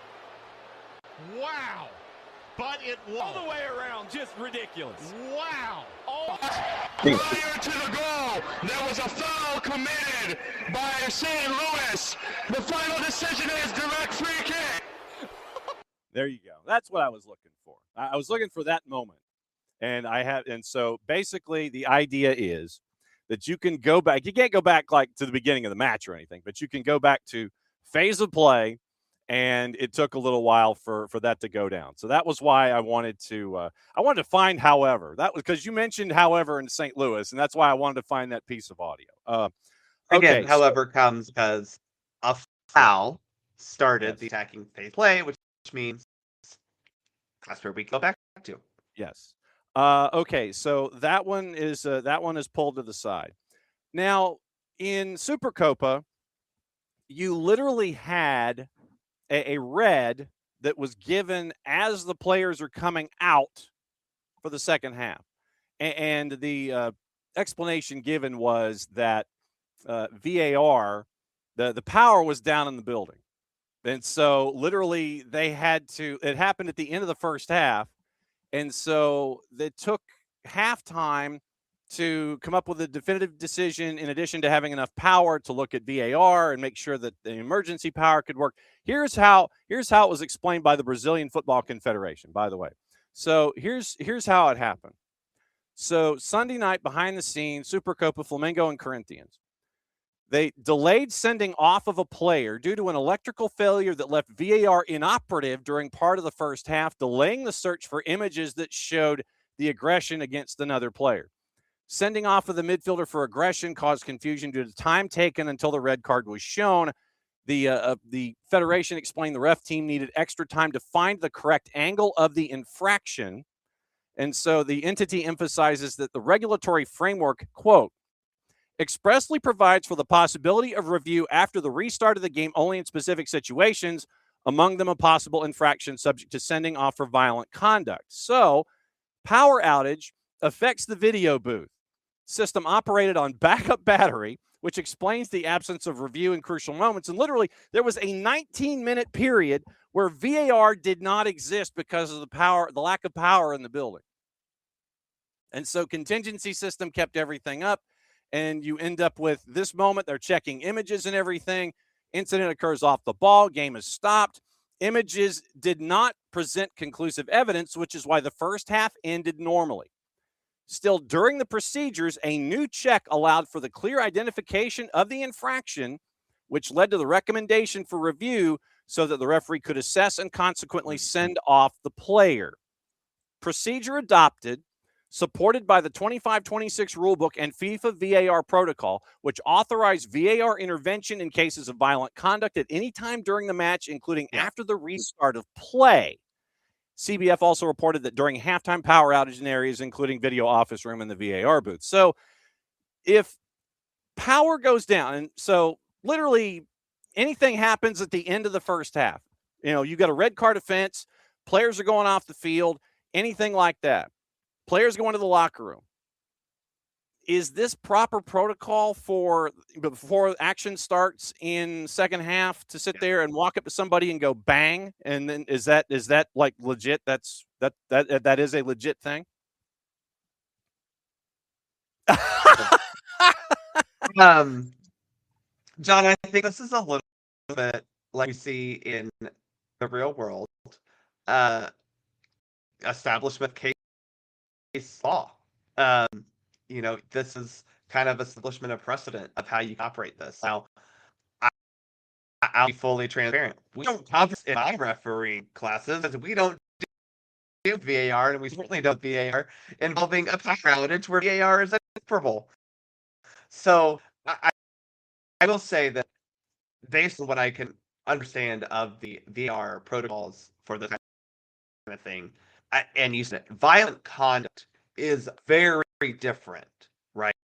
From serious play, Rex challenge, all that kind of stuff. I do think that when it comes down to violent conduct, VAR, they go, hey, wait a second, found something. Has the authority to really at any point make some sort of recommendation, right? And that's because, again, violent conduct is not about playing soccer. Now, if we're a bad challenge, challenge from behind, dog zone, something like that, no, I do not think that intervention would have been appropriate or legal. But I think in case of violent conduct laid out in the protocol, you are able to, hey, we actually found something. Because, again, violent conduct is not about name. If I want to halt someone, for example, if they see, isn't exactly a great example for this particular thing, but if they see substitutes happen to be warming up the sideline, maybe one substitute the other substitute from a different team. Well, that's violent conduct, right? That may not be something that we see. Certainly, the referee crew is probably not paying attention to the two substitute team warming up. Maybe maybe you've happened to find on camera and you go, crap, wait a second, what just happened here? And well, we got to address it. It's hard because violent conduct is just so. It is a lot of what the rest of the game cover. Okay, let's get into Yanks Abroad. And I do have a highlight to start things off with our discussion of Yanks Abroad. And it's what happens when you are doing very, very well consistently in recent action. For this, we go to Serie A, courtesy of our friends at CBS Sports Golasso, and this moment from the weekend. We get a first sighter of him this evening, I wonder. Beautiful ball to find David. This is Kalulu. Great pace shown from Kalulu. He dinks it towards McKennie. A sumptuous finish from the American. What a season he's having under Luciano Spalletti. Full of goals at the moment, Wes McKennie. Large celebrations here from the Juventus players. They make it 2-0. Locatelli with the initial ball. Lovely layoff from Jonathan David. But how about this for an assist from Kalulu? Had the pace to get away from his man, dinked it into a dangerous area, and Wes McKennie with the acrobatic finish. Well, it's all smiles for the Bianconeri at the moment. Players chipping in with goals from all over the pitch, and Wes McKennie, another one of those who was on target against Cremonese, similarly to Bremer. Sixth goal in 10 matches now. Sixth goal in all comps within 10 weeks. So Weston McKennie, 4-1 win over Parma. And right now you have Juve in a Champions League spot, 45 points, so a plus 21 goal difference, 2 points ahead of Roma. And so Weston McKennie leading everything going on in Italy. 10 minutes before scoring, he escaped with a caution after stomping on Troilo's foot. He gets a 7.5 from Gazzetta dello Sport. Kremasky and Musa were on the bench. Christian Pulisic plays at Bologna tomorrow. And you have, once again, Kremasky stayed on the bench, 22 appearances for Inter Miami, and 3 caps. He stayed on the bench for Juve so far. Let's see. Let me see if I can find the other rundowns, and I'll blow through all of them quickly and see what you have from your feedback here. Tanner Tessman started for Lyon in their 1-0 win over Lille. Balogun had an assist in a 4-0 win over Rennes. McKenzie, 90 minutes in a goal, in a draw with Auxerre. Tim Weah, 80 minutes, 2-2 at Paris FC. L'Equipe had some comments about the two of them. Malik Tillman followed up on his 2 goals in Leverkusen's 3-0 midweek win with his 4th Bundesliga goal, 3-1 win over Eintracht Frankfurt that keeps Leverkusen rolling. Let's see. So Noah Kai Banks, Christopher Lund, Malik Tillman each got 2s. The lower number is the high, and that's what you're looking at here. James Sands gets a 4. Joe Scally gets a 5. You end up with, we mentioned Weston McKennie's goals. You've got, we mentioned what's going on in Italy. Hang on, I've got other countries going on. I know Bart's having issues with his service this morning, so we'll see what's going on. There's the video portion. So you've also got, hang on, as I'm touring the countries here. Johnny got 90 minutes in a draw with Atletico de Madrid. Alex Freeman on the bench at Villarreal after posing in front of an Audi. Diego Cocan on the bench for Barca. Big Pat got his 4th goal in scored Derby's 4th goal in a win at Bristol City. 9 goals, 4 assists in September for Patrick Agimang. 3 goals in his last 4 outings. And in Serie B, Gianluca Busio got his 5th goal of the season for Venezia in a 2-1 win over Carrese.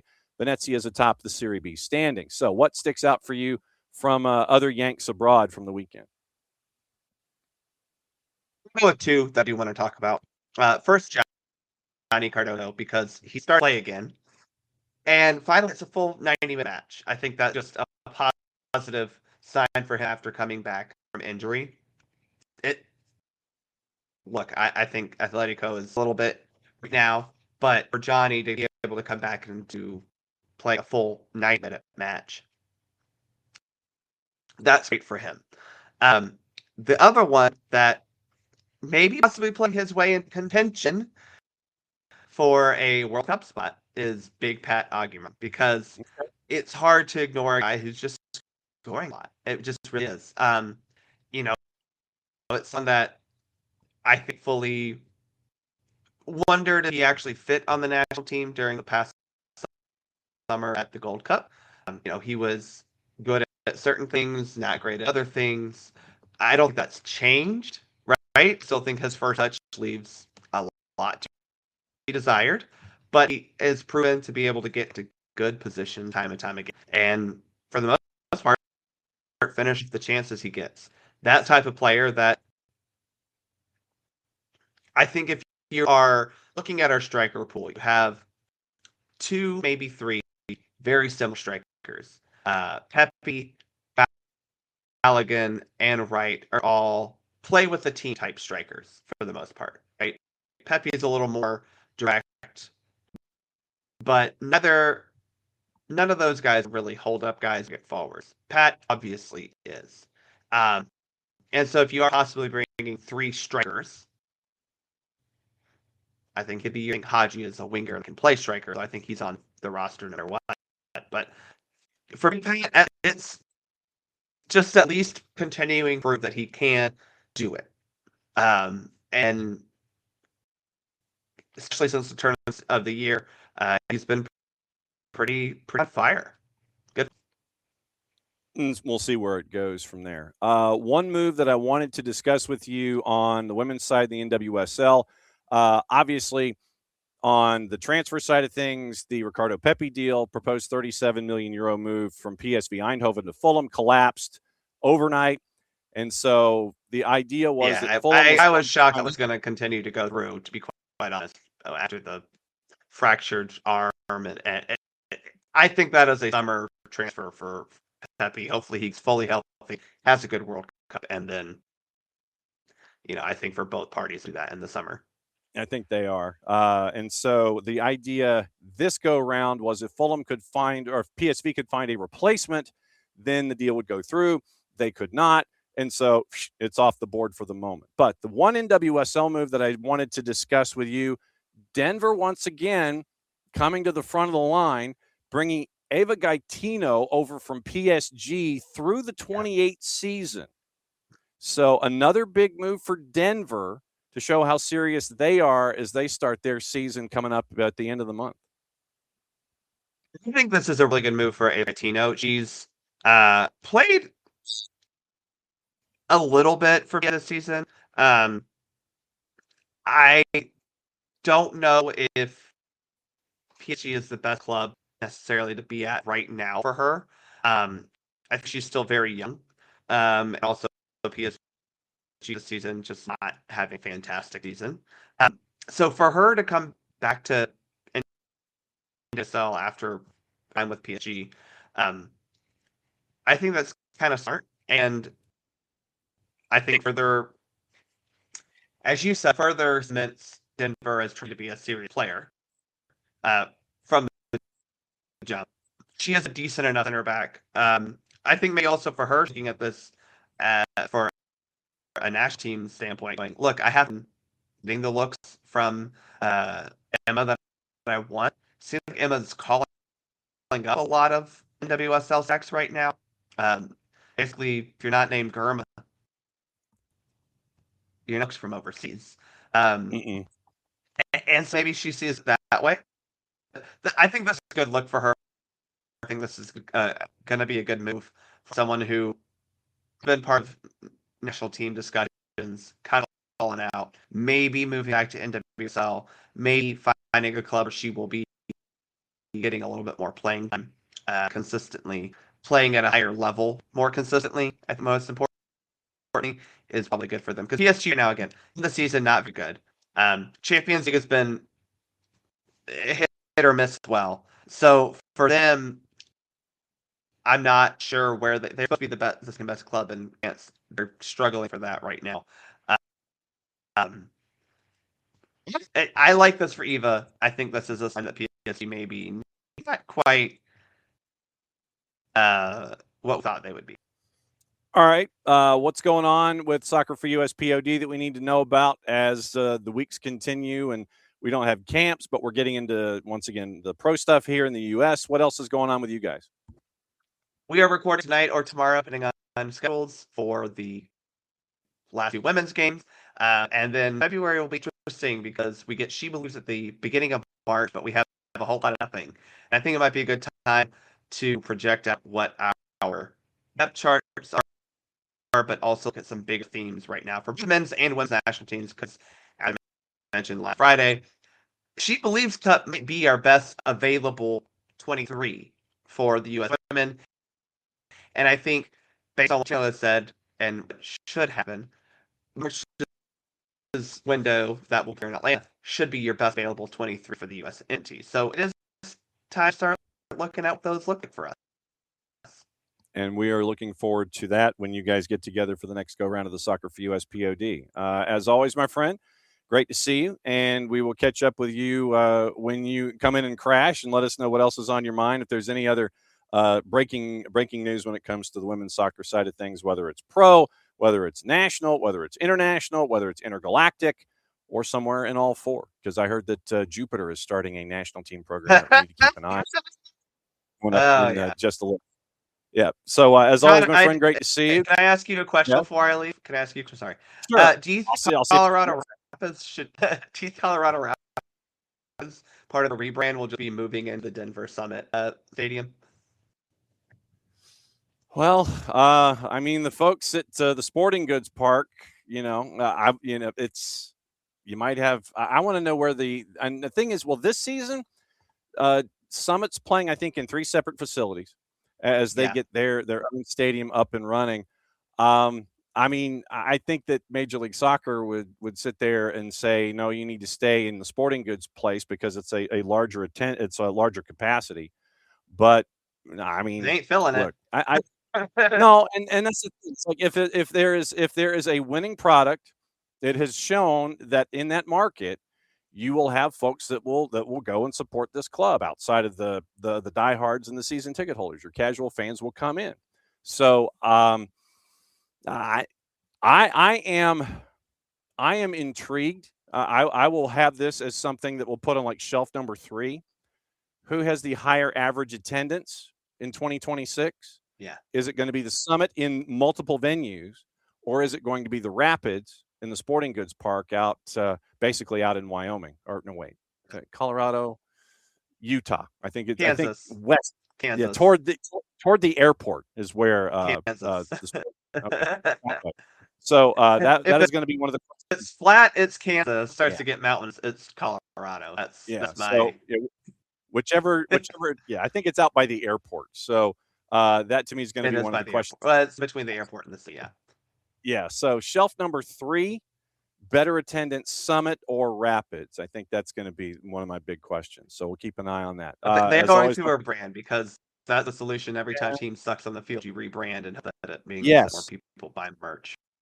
Yes, and I have seen that in the news business too, where if you have low ratings, they decide that they're going to change call letters. Is there a particular broadcast channel may or may not doing that currently? The rebrand of your name and appearance, but maybe you present the news. Is there a certain? Y'all, until next week. Have fun. Yes, yes, there you go. We'll see you soon, my friend. All right, and there he goes with his cup of coffee. So there goes Bart. Okay, it is about 25 minutes before we get out of here. All right, so 3 hours and 18 minutes. So you're looking at 7 o'clock. Let's see. So they're calling it. Let's see. So at I'm trying to do math. So 13. 1,400 hours here, 2 o'clock, 7 o'clock. So it's not Big Ben chimes. It's 7 o'clock local time. So 7 o'clock local time, 2 o'clock here, transfer windows over. Now, here's what we know as of right now. We mentioned the Pepe deal is off. We mentioned that's fallen through in Europe. Probably, as Bart said, it's going to be something that happens in the summer. Also, Denny Bouanga, Fluminense has now stepped to the table with LAFC, and they put $15 million on the table, apparently, and plus a reported demand for an additional $6 million in cash. Remember, LAFC rejected 13 from Messi and friends. So 15 million from Fluminense. Denny Bwanga, once again, remember what he said on social media after the contract went away, the contract offer, where LAFC mentioned Messi and friends, and it was just like, nope. Remember what Denny Bwanga said on social media. So Fluminense now coming to the table at 15 million. Noah Isla looks like he's going to Bristol City. $4.5 million to Red Bulls. That's from Fabrizio Romano. Keep an eye on that one. I wanted to mention the Gaetino deal for the NWSL. Pablo Ruiz looks like he's joining Colo-Colo, or he's close. RSL, 1-year loan, purchase option around $500,000. Vancouver, we mentioned them bringing in AZ Jackson. They also signed Bruno Caicedo. Dante Polvara goes from Aberdeen to St. Louis City. We'll be discussing St. Louis City with our friends from Ball Watching on Wednesday morning. So keep an eye on all of those. Now, what we are hearing and what we have to keep an eye on for the remainder of the day/afternoon. Now, and we're going to check all of the top-end sourcing that we have that we traditionally chase after with who could be doing what and who could be going where. Now, Calvin Phillips to Sheffield United now agreed to all parties. Calvin Phillips, I think he had only one appearance for Manchester City. It was in cup competition. Calvin Phillips to Sheffield United now agreed. Crystal Palace, apparently, according to Ben, still prepared to go ahead with signing Jurgen Strand-Larsen. Now, once again, Jean-Philippe Mateta, his move to AC Milan called off. Concerns during the medical. But they still want to drop the 48, I think it was 43 plus 5, to sign Jurgen Strand-Larsen. Additional medical tests from Mateta carried out. Milan decided not to proceed. Chiro Malacia, likely to stay at Manchester United after a proposed move to Turkey was blocked by the club. Dorgu's injury, Malacia now expected to be a part of the squad for the rest of the year.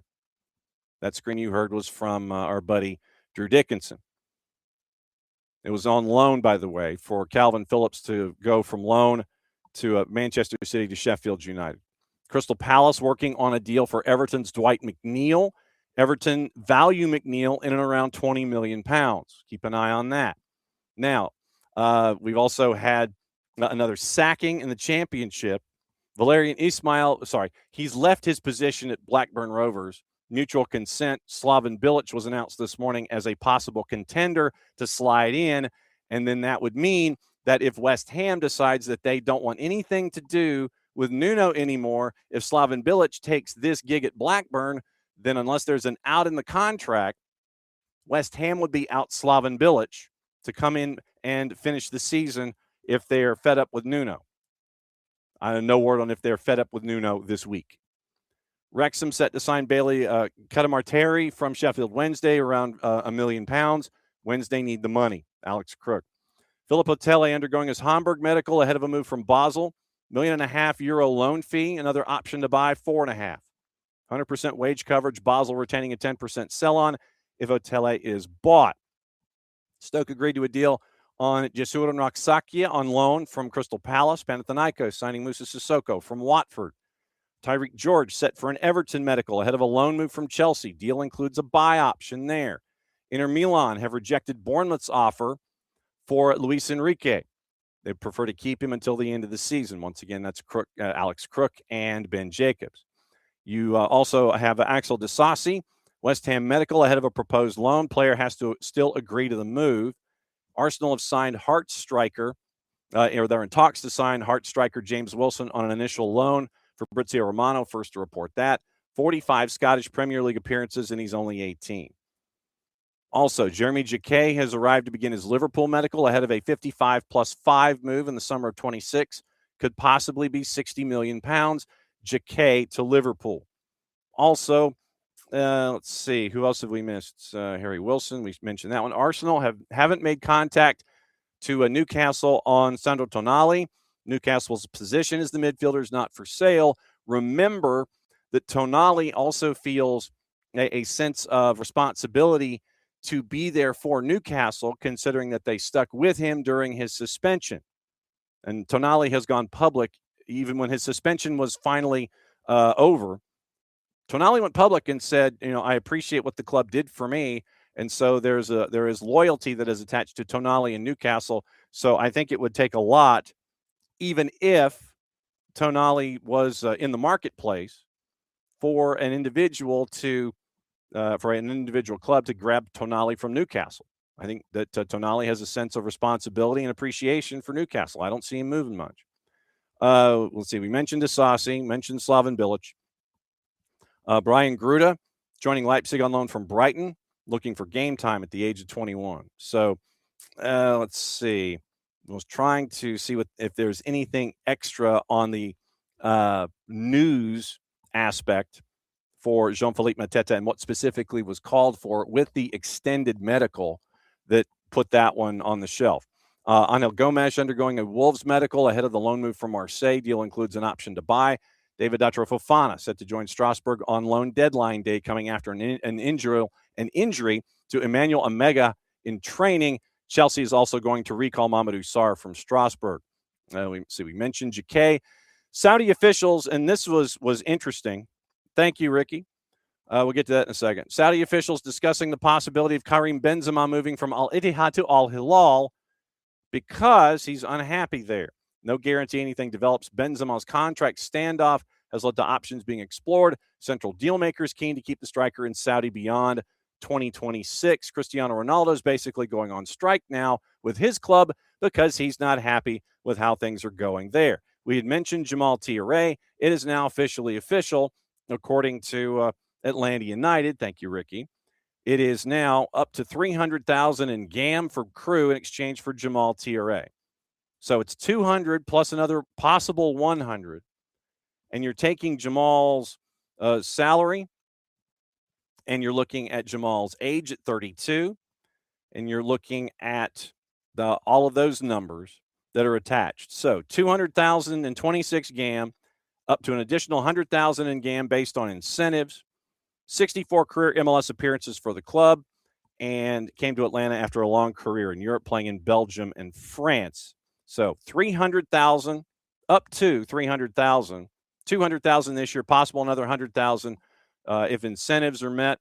And so Jamal now is going to Columbus Crew. So what we had anticipated that once the Jason Russell Rowe move was official, where he is now heading to Toulouse, and that was announced by Crew this morning, that Jamal, that deal would be finalized, and Jamal ends up going to Columbus. Remember, he was held out of the match this past weekend against Lexington. So you now have Jamal as your roster replacement. I'm not saying specifically replacement. He's not the Russell Rowe replacement. He is taking that spot on the roster to help out with experience on the front for Crew as Jason Russell Rowe heads to Toulouse for an undisclosed fee. So now, once again, as it looks for Atlanta United, Hibbert and Oyos in net.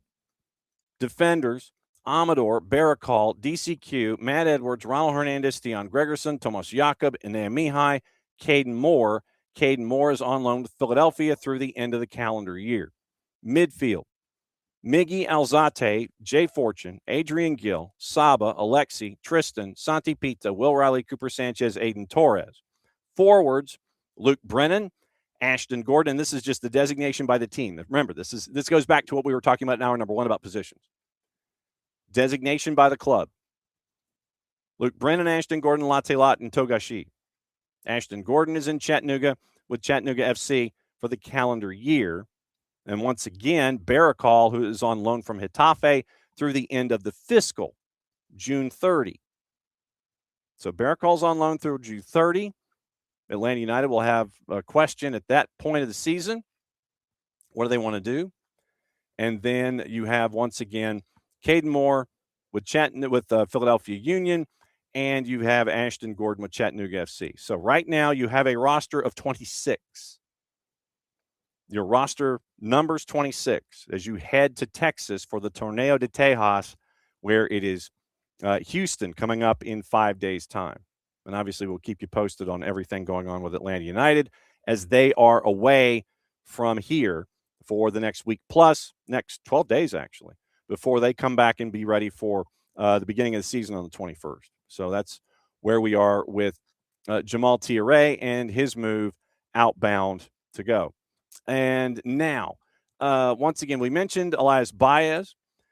Keep an eye on that. Was reports this morning that the only thing that you're missing is the paperwork and the visa was how it was phrased. And it looks like it's going to be, at least reports from Argentina, according to Adriana Savali, it's going to be a 3-year deal, options for years 4 and 5. So coming in from San Lorenzo, and 21-year-old defender awaiting the visa. And that's where we are. And by the way, Adriano Savali, 16,500 followers on the 180 character app. He is a part of Bola Vip, and he is also a part of a V Sports team, and also a part of Mercado de Pases in Argentina, which has 98,000 followers. Savali is a part of that journalistic group. And so Cesar Araujo has already traveled to become the new player of Tigres, rises a free agent after his time in Orlando City, signing a 4-year deal. So that is up this morning as well for the purple team and for Tigres in Liga MX. So Martin Caceres has been announced as going from one place to another. Luis Miguel Angulos, one step away from Peñarol, loaned for a year from Talleres. So Baez awaiting the visa to travel. That is what Savali is saying. Total agreement for him there is total agreement for him. This is from Savali. Total agreement for him to arrive from San Lorenzo, signing a 3-year deal, option for 2 more. So 3 + 1 + 1 is what is anticipated when the visa comes through. We'll say when, but technically we should say if and when. If and when the visa comes through on Elias Baez, 3 years from San Lorenzo, options for years 4 and 5. So that's what you're staring at when it comes to Elias Baez. Now, domestically, let's find out what's going on in the minds of Tom Bogert to start. And we had mentioned once again the Jason Russell Rose situation, officially official this morning. Obed Vargas, Atletico de Madrid, in talks to sign him from Seattle Sounders. No agreement yet. Keep an eye on, once again, you have until 2 o'clock this afternoon to get that one figured out. And so, according to reports overseas, Rick Elfrink, Pepe is out another 6 weeks. PSV's got a 17-point lead in the Eredivisie. They're eliminated from Champions League, which means I believe they dropped to Europa at this point. And so PSV could not get a replacement, out another month and a half. Couldn't, and so you're looking at mid-March now for Ricardo Pepi to come back, even with the gap being 17 points. And let's see, Fluminense, we mentioned Fluminense with the word coming from Christian Moraes from Enzone Brazil and Territorio MLS, that Fluminense, $15 million. That's what you're staring at right now. And FC Dallas finalizing a deal to acquire Jonathan Sirois from CF Montreal, deal worth $150,000 and $200,000 in add-ons, 102 apps for Montreal. Reason for that is the transfer of Martin Paz is officially official. That happened overnight, and if I'm not mistaken, it actually was officially official this morning. I'm checking really quickly. And so now it's official on both sides. Crew have announced that they have picked up Jamal Touré. Let's see. Where's my here? Okay, so as of an hour ago, Martin Paz has been transferred to Ajax.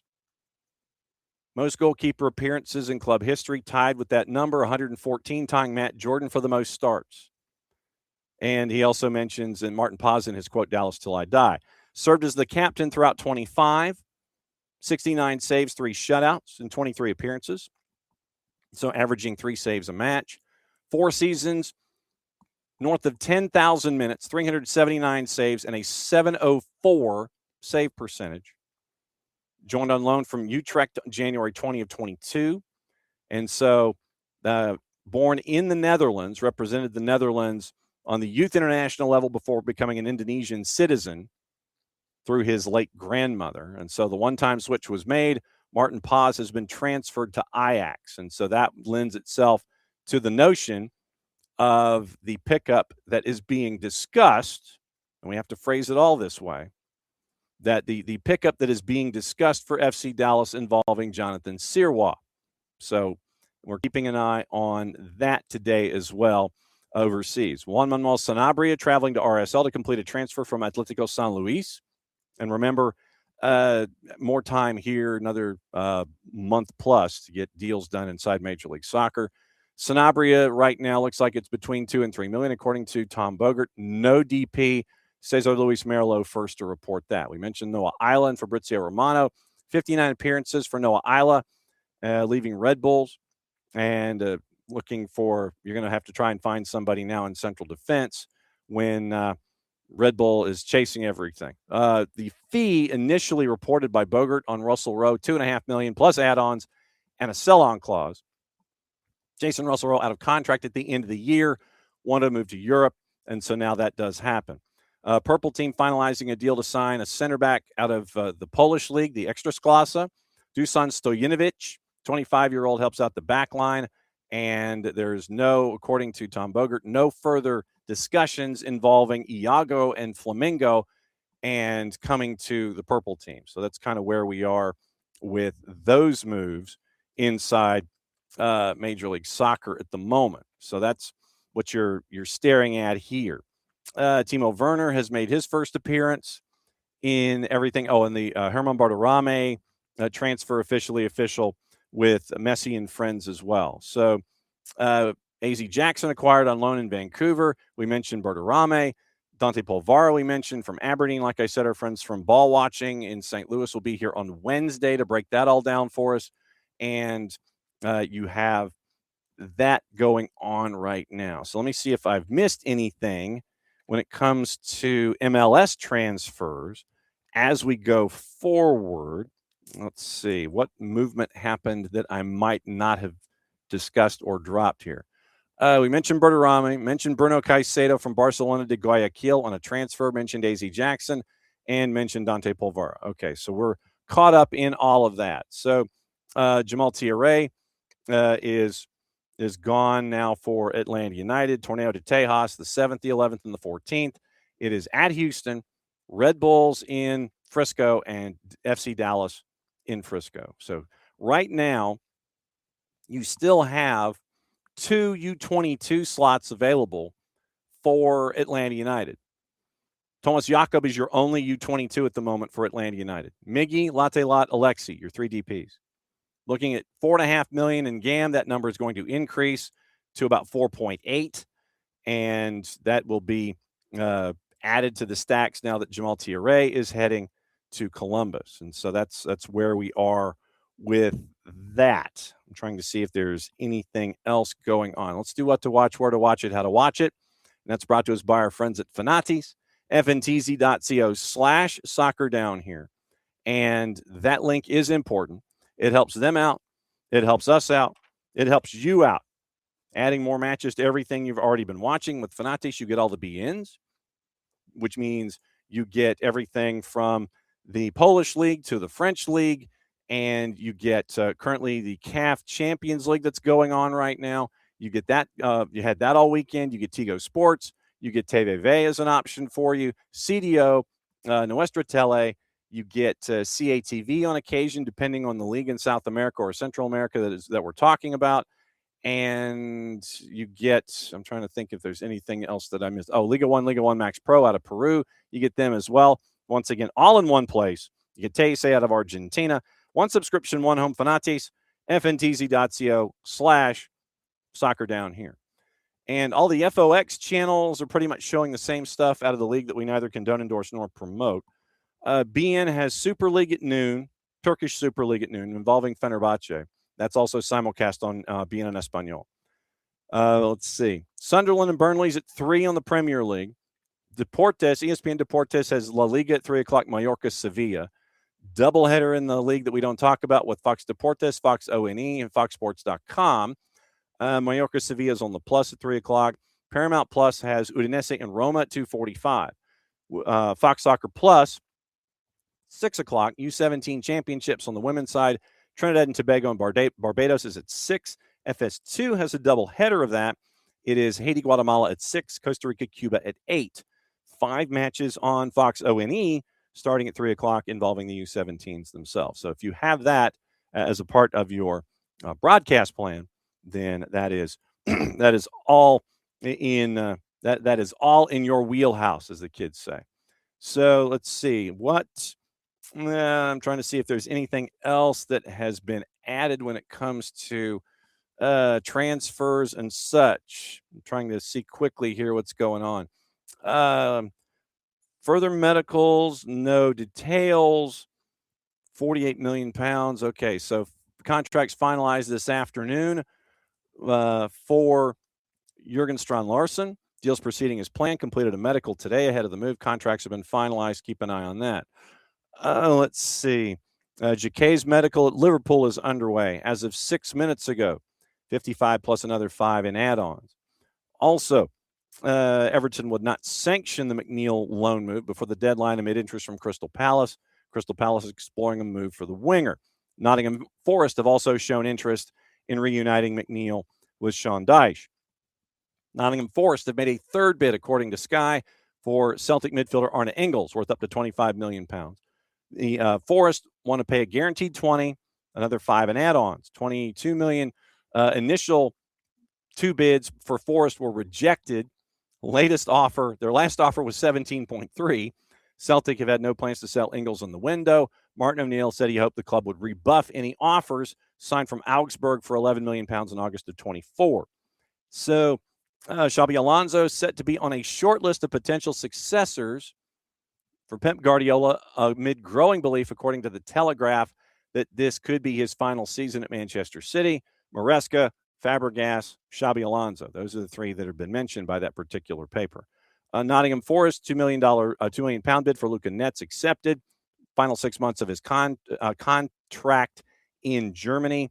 And so he is going to be heading over. So let's see. I'm trying to see if there's anyone else that is Borussia Mönchengladbach is for Luka Netz is coming from. Bristol City have agreed on a deal for Tony Horvath. Axel Disasi has now begun his West Ham medical within the hour. So that could happen. Loan from Chelsea, interest from elsewhere, including AC Milan. And let's see, looking at the promotion race in the championship, Ethan Wheatley from Manchester United joining Bradford on loan for the rest of the season. Spent the first half of the season at Northampton. And let's see, trying to see if anything else is up and running. So we mentioned Calvin Phillips and his deal within the last hour, leaving Manchester City to join Sheffield United on loan for the remainder of the season. And 7 minutes of football this year, and that was just in the Carabao Cup. So that's what you're staring at when it involves Calvin Phillips and his particular transfer over. All right, now getting into news and things that we have to keep an eye on today coming over from the weekend. Obviously, looking at what happened in the Premier League, you look at the opportunities that were there for a team like Manchester City that they did not take advantage of. And right now in the table, it is a 6-point difference. 6-point difference for Manchester City. It could have been 4 if they had gotten the win last time out that they did not. And so after their surprise draw with Spurs, it's back to a 6-point margin, and we are through match week 24. Villa is third after even their loss. They had an opportunity to jump Manchester City, but with the loss that they had to Brentford, and it was 10-man Brentford, Villa is third. So that's the chase group right now. That's your A number ones, those within reach of Arsenal at 53 points. 6 points ahead of Manchester City, 7 ahead of Villa. Chase group number 1. Now, Manchester United, fourth at 41 points, unbeaten in their last 5. They've won 3 in a row. Chelsea at 40 points. Liverpool at 39. They've only lost once in their last 5, although 3 of those are draws. 36 points for Brentford after their win. They've won 3 out of 5.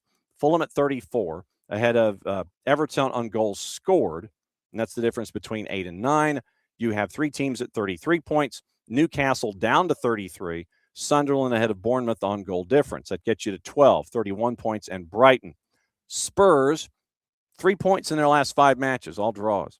Spurs at 29 points ahead of Crystal Palace on goal difference safely. It's a 6-goal margin. Leeds is at 26 points, even with Forest, but ahead on goals scored. And so that gets you to 18. And West Ham is 6 points from safety. Burnley is 11 points from safety. Wolves are at 1, 5, and 18. They have given up 45 goals in 24 matches. They have only won once this season. But once again, remember, Sunderland and Burnley is Monday Night Football. It's coming up at 3 o'clock on USA. So that's the main stuff that happened in England over the weekend, giving you just a quick peek at everything else. I'm trying to see if there's anything that we need to keep an eye on outside of talking points and such. So let's double check the transfer window and let you know what else is going on today. 471 deals have been completed in this transfer window. Total value, £821 million.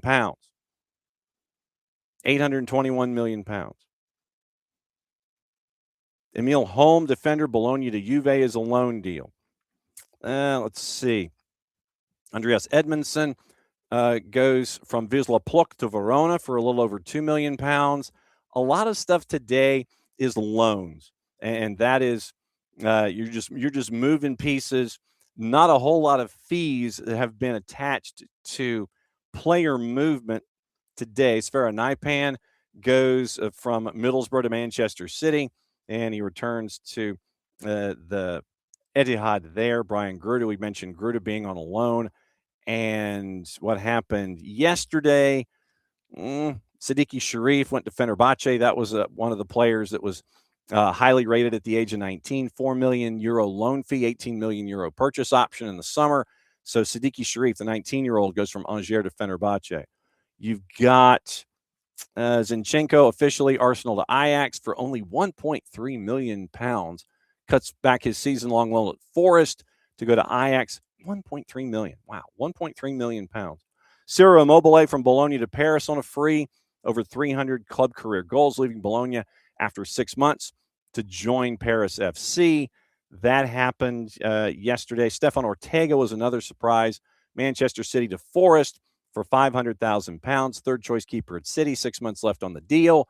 He is there for cover for John Victor. So that's your Premier League moves. And so we mentioned the Eva Gaetano move in women's soccer. 289 deals completed on the women's side of things. Carly Wickenheiser yesterday goes from FB Haken to North Carolina Courage. Going to play her club football outside of Sweden for the first time. Faith Weber transferred from Denver to Tampa Bay. Natasha Flint goes from Tampa Bay to Denver. You've got Cynthia Cabezas, defender, goes from San Diego to Marseille for an undisclosed fee. We mentioned Eva Gaetano. You've got Pauline Pero-Magnin, who is now officially a free agent from Juve. 2 Serie A Femenina, 3 Italian Cups, 3 Italian Super Cups, 1 Serie A Women's Cup during her time at the club. McKinley Crone goes from Orlando to Fort Lauderdale United. Trying to just look at women's transactions that would be domestic in nature, one league to the other. Cameron Brooks from Napoli to Courage. And so that's another undisclosed fee.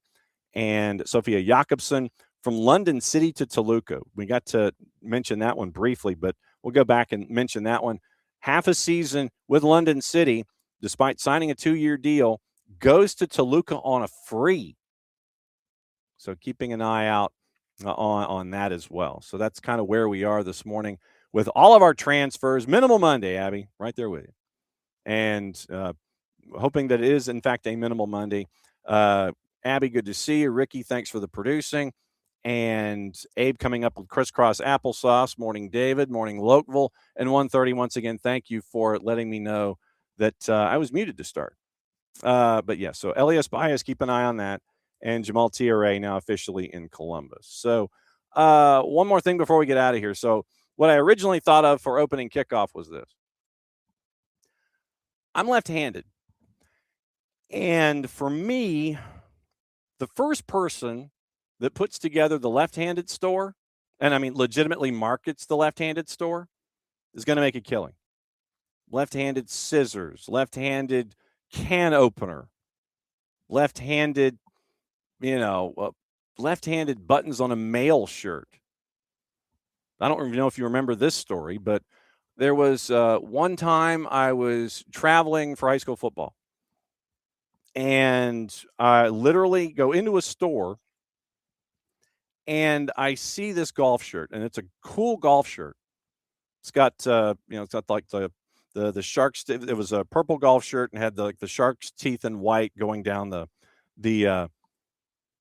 button, down the button element down the middle of the golf shirt. And I'm like, oh, that's great. And so I found it in an extra large, and I'm going, this is fantastic. And so I'm sitting there and I'm buttoning the buttons on this left-handed, and all the buttons are lefty, and I'm sitting there and I'm buttoning the thing, and the golf shirt's right there, good to go, no worries. Boss reminded me that that's a that it is not a left-handed golf shirt. It is a women's golf shirt. So your guy right here bought a women's golf shirt thinking it was a left-handed men's golf shirt. The first person that comes up with the left-handed store where you have left-handed dominant clothing for both men's and women, you, sir or madam, will make a mint. You will absolutely make a mint. All the left-handed things that we sit there and we're dominant, the left-handed notebooks, the left-handed where the opening is reversed. All these, like I said, all the left-handed things that we sit there and we wish we had, all the utensils and the kitchen utensils and all that kind of stuff, the clothing and all of those things. First person that creates the left-handed store will do a tremendous bit of business because all of the left-handers will go there. And they won't go anyplace else to get their clothing because I was trying to button a dress shirt. And being a lefty, I could come over here and I could button the right cuff, no problem. But I wish that I could be a lefty and I could sit there and I could, button my left cuff. No such luck. Having my right hand trying to do left-handed business, that's not going to work. So the first person that will actually come together and create the left-handed store is going to be richer than you would have ever imagined. Guarantee it. So that's kind of opening kickoff by Black Pitch Coffee and blackpitchcoffee.com. Tomorrow on the show, we're going to catch up with Lagos Kunga. That's going to be fun. We'll catch up with Lagos. Lagos is now with Portland Hearts of Pine. Catching up with him, and that we're going to run that tomorrow. Then also we're going to find out about MCOs and American business in the European marketplace. Jordan Gardner is going to join us, and his group has picked up another club in Scotland. So we're going to find out from Jordan at 10 o'clock tomorrow the why, what you're digging into, what you found out about yourself, what you're finding out about the marketplace, and why specifically you're going after certain clubs in certain places. So tomorrow, Lagos Kunga and Jordan Gardner. We are 2 weeks away from the return of KCD on Tuesday the 17th, and she'll be with us at 10 o'clock on Tuesdays during Major League Soccer season. This week, we're going to have our friends from Ball Watchers in St. Louis. They're going to join us on Wednesday, along with our friend Dylan Butler. It is the Power Hour on Thursday with Nino and Nico. On Friday, John Arnold's going to join us. Remember, we got CONCACAF Champions Cup. The Triple C is starting this week as well. We're going to get into that. So John Arnold's set to join us on Friday as we roll through the week and get you ready for everything going on the weekend. And then the Torneo de Tejas is going to be on Saturday, and we're going to try and effort Atlanta United material as they are in Texas, and we are here at SDH HQ. So, as always, great to see all of you. Thanks for hanging out with us, even though I was muted for a great deal of the early part of the first round of opening kickoff. Mucha plati, I'll play it safe. It's the end of the show. That means I get to do this. Back at it again, less than 22 hours, 9:05 a.m. Eastern time, Tuesday morning here on the SDH Network. Play it safe, everybody. We'll catch up with you tomorrow.